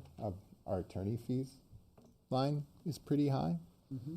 I think that's something we maybe should discuss at some point. The other one is, and this one I don't know a lot about, and I don't know who brought it up from the minutes. Great minutes, by the way. Land use, apparently we lease land for $1 out in some places, and there was just a suggestion that we could raise the amount we lease the land out for. I don't know what that's referring to, but What would that be referring to? So it's referring to the property that is conserved land right here. I forget what the lot numbers are, but we Yeah. lease it. We lease it to Sunnycrest. Yeah. Because it's, I don't know. I don't know what it's zoned. I don't know what the whole story was. But I remember it being discussed last year when the lease changed hands from Max to Sunnycrest, and the amount was $1. And at the time, and you know, I know there's more to the story, but at the time I thought to myself, wow, we have two orchards competing to get this land, and we're leasing it for $1. That seemed odd to me. So yeah, those are just things I saw within the minutes that I thought we should bring up for the record, that were great things that were said during the meeting. Yeah. So I think So- on that, we'd have to have a non-meeting to discuss that yeah, contract. maybe. I'm just trying to go through what was in there and make sure. Yeah, that might be a valid reason. So one question for Justin about the attorney fees is there a reason that we pay the library's attorney fees? Is it just historical, or is there a reason that we pay them as a town and the library doesn't pay their own legal fees? So I understand. I'm going to say this in jest a little bit, if that's okay. It's one pair of pants, two pockets. Yeah. I don't know about you guys. I only have one wallet. Right. So we can bill the library. They can bill the library separately, and that's just a separate invoice we have to process that's coming from the same pile of money. I understand that the library is a separate form of government. Historically, we have just paid their fees. I think if it's been in excess or contentious with the town, the trustees likely have paid it themselves. However, that predates me. That probably puts me back in high school, middle school when that was happening. I'm only asking the question because the school, we don't pay their legal fees in its one pocket, right? We pay their bills. But we send But, them. I'm just curious why we don't have Come them the do it. first of the month, they get a Yeah. nice little ACH Right. trust or a significant amount. We so the library does have the ability, and the council has the ability to, July 1st and January 1st, write the library a check and say, "Have a great day." We don't do that. We have I like to think, a very cooperative relationship, Aaron. Oh yeah. So essentially, that's that. I'm not that's implying the it's reason- not cooperative. I'm No, just no. saying that to do it fairly, to Sean's point, we should have a budget in the library for legal and our budget as a town, just to show the differences. Go ahead, Sarah. One thing is no one has separate legal expenses. So if you look at the police department or Right. fire, they don't have a legal line. It all comes through this legal line. Right, but they're under the town, right? We have three forms of government, right? We have the school, Right. we have the town, and the library. So that's a different form of government. Yeah, but we don't fund the schools. We give them what their tax rate is. No, We fund. Right, you're right. So the library's budget stays, in terms of actual funding, stays with the town. The school, it gets sent over to them. Okay. In terms of doing that, you could recommend that. You could request the trustees. The only difference would be that the lawyers would send them a bill. They would sign off on it and send it to us to process. Where right now it just gets sent to us to process. Whatever the council and the trustees desire, that's. I'm just asking a question as No, to why. yeah, it was done that way, absolutely. that's all. And I think it came up at one of the trustees' meetings regarding this as well. I don't have a good answer for why. I hate saying that's how it's always been. That's how it's been since I've been here, and to me, not that it makes sense, but it's not a big enough issue to address. We're not, paying the library's legal fees to sue us. Then it would be a different story. But that's kind of how I've looked at it. Like I said, if you guys want to change that process, we can look into that. So, council, do you want to adopt these recommendations, 1.144 million of opportunities proposed by the... So, not to interrupt, but just along that line of thought, when it comes to plowing, salting, and sanding, we take care of it. We don't send them a bill. When we cut the grass, we fertilize, we do things like that. If there's a tree down the parking lot, we don't send them a bill. So if you're going to start segmenting out one specific item, then you better look at it in totality. So all the services that the town works with the library with to see what's the most effective way to do it, then you just better be careful for what you wish for. That's all. I offer that. Thanks. Great points. Good. No, I was just saying it does bring up a good point because, those are extras that we're paying as a town for a library. That's just saying, I think the budget should be separated. Like, they should know how much they pay to have the plow and how much, but saying if we're going to have a true budget, 3 forms of government, we should know exactly what each thing's cost. I think it would be really hard to separate a plowing contract for the library that's right next door to us that shares the parking lot. People do it.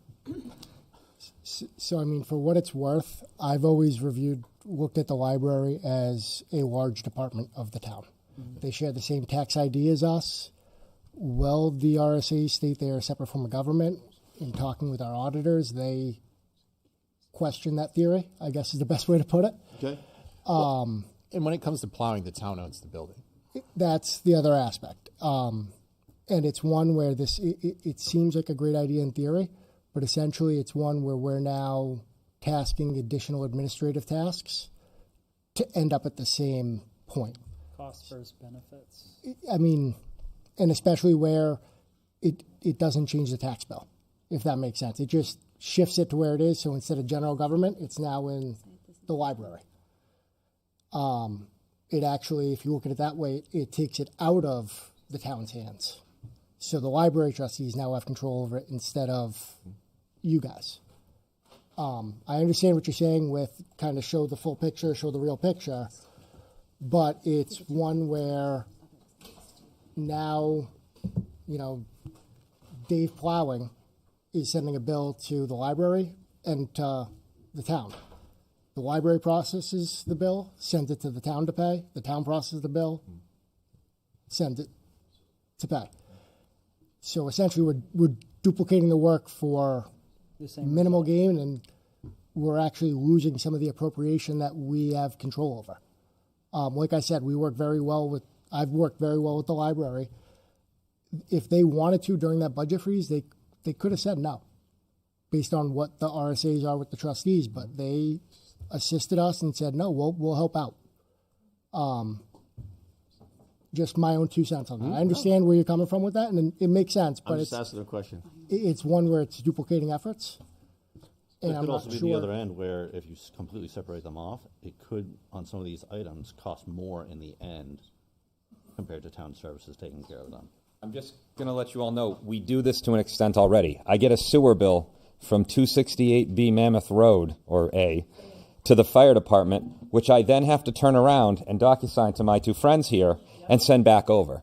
So we're already doing it, and so I think, to Justin's point, you're adding another layer to something that Right. Doesn't- And this doesn't- one, the wouldn't sewer need bill, it. I can defend because it's user fees. Correct, and there's an enterprise I can fee with that defend and all of that that, and he could defend that, but I'm just saying, we're already doing it, so. This one is And if the where guy it's who the taxpayer, processes it, it's- it's just another layer. Just- I'm just asking a question. Absolutely, it's a great question. And, you know, it could even go as far as to say, why do we have a third form of government then? Why is the library not under the town?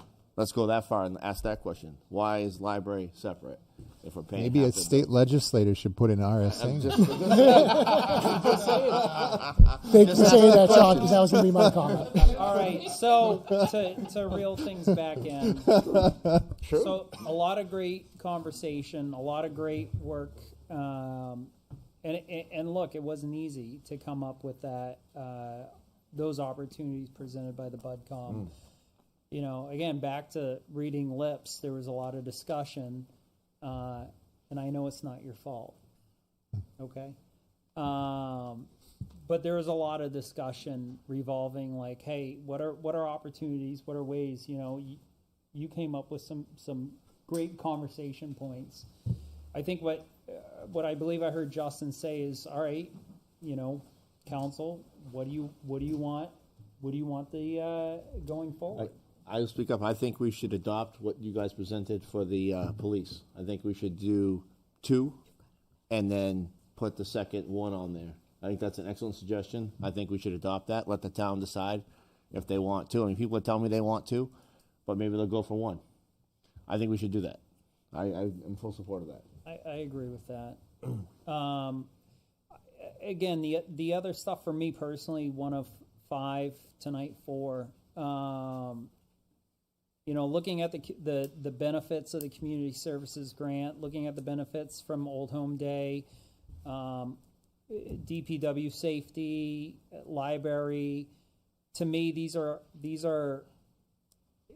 things that are definitely the benefits outweigh the costs. And I want to echo what I stated earlier is, you know, going through not just this budget season, but being on the BudCom and such, to me, it's very clear the department heads and the town employees and the library and and the schools do more with what they have, and going back to that collaboration between the departments and all 3 forms of government and everything else. Thank you again. I truly mean that. So with that, so we agree on separating out for the PD traffic officers, having 2 and then 1 for the 2 separate warrant articles. Is there anything else that you want to move forward with? I think on the library, we're hearing back from the trustees. We're hearing back from the library, from the trustees.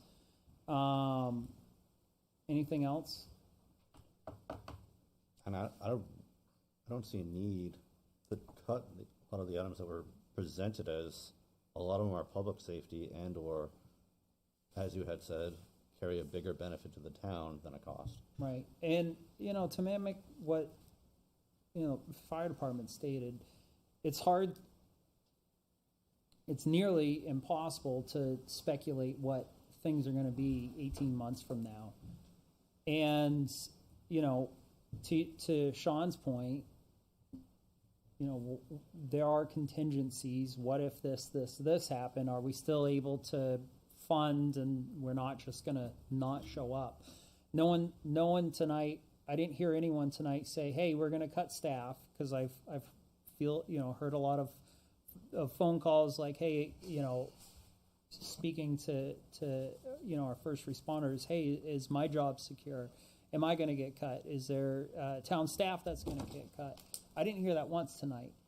And I think as if I can provide some assurance that was to those employees that are providing the services to our community, that wasn't discussed at all. Not through this exercise, not through the budget season. We were talking about the possibility, we were talking about an exercise, but again, even the exercise didn't highlight cutting employees. We talked about not adding additional through warrant article, that was discussed, but not cutting our current staff that is in place. So if I can cause some, or if I can calm the waters, if you will. I just want that to be the message to go home tonight to these staff, that there was absolutely zero conversation on cutting our current staff that we have in place. We're going to be all right. So with that, is there anything else that you want to move forward with, council, to amend the proposed budget?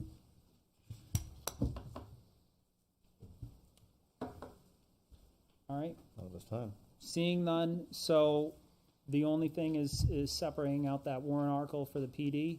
Do you have what you need for the 16th? All right. I'd like to. Go ahead. One thing before. Did you get the right answers you wanted on the overtime conversation? I still. Because that's the only one I see was an open question. Like some of the other stuff, like Old Home Day and stuff like that, I agree with you. That's just that was the only one where I saw there was still something opportunities open. Or just open questions. What specifically? Let me ask you this: what specifically were your questions that weren't fully addressed that we can give to the PD and the fire department that they can come back with on the 16th? I think it's just two different methodologies of how we're getting to our numbers. Okay. And I think what they're asking for in reality is a 52% increase to their overtime budget year over year. I agree that's too, I believe that's too aggressive. And maybe the overtime number is correct, but I think there's going to be offsetting savings somewhere to the tune of $200,000 or so. Okay. So I believe we're overfunding those combined lines, but I understand where they're coming from, and I think we'll see how it plays out. Is it okay? All right. Thank you. Seeing that, is there anything else? Any final thoughts from anybody? Final thought. Yeah, I guess so if the council is not going to move forward with Ryan's recommendation, and I'm with you, Ryan, on thinking that overtime needs to be adjusted a little bit with fire. If you're not going to cut proposed, then I definitely feel uncomfortable with the contingency fund, that amount. Okay, thank you. Anything else? So let me ask Justin a question based on that. So Justin, based on what the budget committee is saying, if we move forward with the 396, the contingency fund, would we be able to take some money out of the OT amount to offset some of their concerns? So I first want to bring up is that the contingency fund is not just for overtime. Correct. Right. I'm asking I a think question. what led, Justin, if you don't mind me asking, I think what led you to request that is some of the problems that we've had with overtime funds or lack thereof. So I'll say I'm more uncomfortable with the contingency fund than I am the overtime line. Well, the contingency fund has the advantage of that it's not an increase on the tax rate, and that money, whether it's sitting in UFB or whether it's sitting in the contingency fund, makes similar or the same interest either way. Is the contingency fund a warrant article? Yes. That's UFB is assigned to. In terms of that's the maximum amount that you can put in the contingency fund. You guys can put that at $10 if you wanted to. I wouldn't recommend that, but you're able to. But there's no negative for putting the money in the contingency fund because it's going to make the same interest that it would in UFB. Or it will be treated put it towards the budget. Can we let Justin answer? Sorry. It will be treated as though it didn't. In terms of the interest earning ability, it'll be treated as though it wasn't in a contingency fund. There will be no difference in that aspect.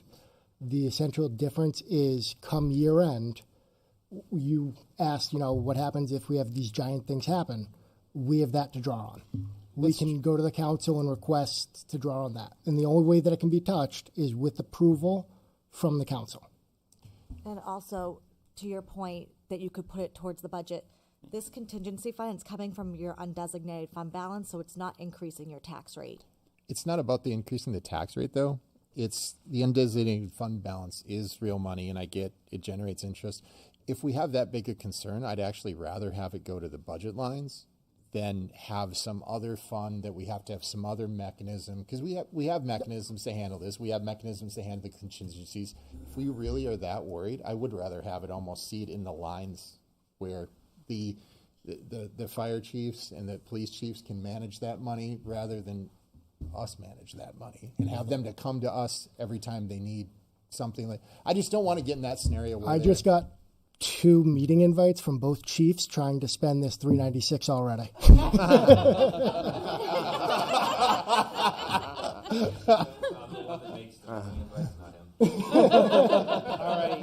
But I fully understand what you're saying. This was a move to prevent what's happened the past 2 years. And it puts it in the council's hands, and it allows us the additional appropriation without having to go to the state and without drawing on the taxpayers and the tax bill, I guess is a better way to put it. If you want to decrease it, we can. If you want to remove it, we can. It was an idea to put out there to kind of show what the arsenal fully is, I guess is the best way to put it. And let's discuss that this also creates another opportunity for our professionals, our firefighters, our first responders, PD, DPW, and those departments to partner with the finance department to receive input from the council. And it's about collaboration and putting minds together to be better. And also to provide, yes, security in those what if events. And at the end of the day, if this is a warrant article, the voters will decide what they want to do. And I think this conversation is healthy because it better educates the voters on what the options are. And I think, Sean, to your point of just increasing the operational budget, well, we can't just take this UFB and put it in the operational budget. Is that correct? Well, we have to go to the Supreme, get a judge to. Well, we keep acting like UFB is free money. It's not free money. Right. That's Well, my problem. I'm not saying that it's free money. You're saying to just increase the operational budget. Well, then we'd have to be increasing the tax rate. Then we would. In that, I just don't want the mechanism where, like, I trust both of them to manage the money and not come to us every time they need something. And this creates a mechanism where now they have to come to us. So if we have that big a need, maybe we should give them more. I completely agree with you, but then we have other people who may be here who may not agree that we should be giving that much more into the operational lines. So, do we solve this issue by increasing operations and then bring it into the budget and the voters for a higher budget to be voted upon, or do we bring it to this way where we have a contingency to pull upon if need be? Well, this is where I'm just trying to find the right number for that. And that's why I don't feel like that extra mechanism is necessary. Let's find the right number for those lines. Well, then I guess at that point, do we just increase we may overtime need to, drastically by another almost $400,000 then? Well, it's finding the right number, not necessarily just taking what that is and dumping it. One thing is if you had this on the ballot and it got voted yes, and no one touched it, it would lapse, and then it would stay where it is. So let's say we don't need it, but it's there if we do need it. Nothing happens.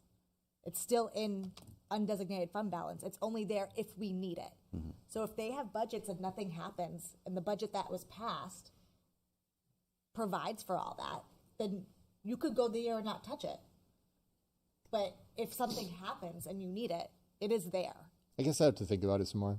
So I don't think they'd be coming to you for like. Well, they would have to come in front of the council, right? wouldn't they? But not for everyday expenses. It was only if they needed to touch. And I understand that. You'd be seeing them in June. I just wanted to remove that step of having them to come in front of us and go, hey, the town's burning down. Do we have permission? And they got to wait for a council meeting, or we got to call a special council meeting. It's like if these big of emergencies happen, I don't think they need to come in front of us to ask for that money because something big happened. Right. That's where I'm worried about this. So would you put that responsibility? Say we do funds this fund this. Would you then remove the responsibility from the council and put it on the town manager? It depends on how it. I don't think we can do that. No. I don't think we can do that. No, we can't do that. I could be wrong, but I'm pretty sure the warrant article states the public body. and that every expense has to be listed in the town report as well. Yeah, I just want a more efficient way of funding an emergency. Absolutely. An hour and That's- 50 minutes are. Let me give a suggestion here. Is this possible? Ryan, you're concerned about 200,000, right? On the overtime. What if we left the budget the same and dropped our designated our contingency fund down to say 200,000 instead of 396,000? What if we dropped to 200,000? You might get better support from the voters at 200,000, and it would also address some of your concerns, right? For the It's a different number. But those I funds understand, but- are, right, that's coming from UBF, not being raised by the But taxpayer. it's still money. Yeah, but it's. So the contingency fund it's a contingent aspect. It's Right. not, it's, hey, as I've said, we can't spend over $1. If we spend over $1, we're looking at a lot of trouble on the town budget. Or we have to go to the state and request emergency, everything else. This gives you that additional amount above the budget. But because it's UFB, and not because it's UFB, but it has to go before the voted board to be utilized. If we're at under budget by 300,000, we're not touching this. It's staying funded. Well, it lapses at year end. Right. So the next year it has to be approved again. Approved by the voters? Yep. Yeah, and it would be a different calculation because it's based on the prior year budget. With more accurate data. With, Right. with data. This isn't a capital reserve fund. It doesn't stay there. So we're creating a mechanism that's only going to last a year. Correct. It's an awful lot of talk for 1 year. That's that's where I'm getting into. Is this the right mechanism? Yeah, but it doesn't mean it's not a good thing to have in place. I'm not saying it isn't. Justin, is there a mechanism that would be continual? Or do we evergreen. not have that in the state? Why don't we do this? I'll have to take a further look. I've in some of my research, I've seen other towns do some things that I'll have to take another look. Is the best way to put it without saying I think something. people would be more comfortable if it wasn't something that lapsed year after year, that the voters would then have to go back and vote upon every year. Good point. So why don't we do this? So we have a meeting on the 16th. Justin, you're clear with what you need to move forward? Yep. All right. We good with closing the budget workshop? Yes. Absolutely. All right. Yeah, let's, All right.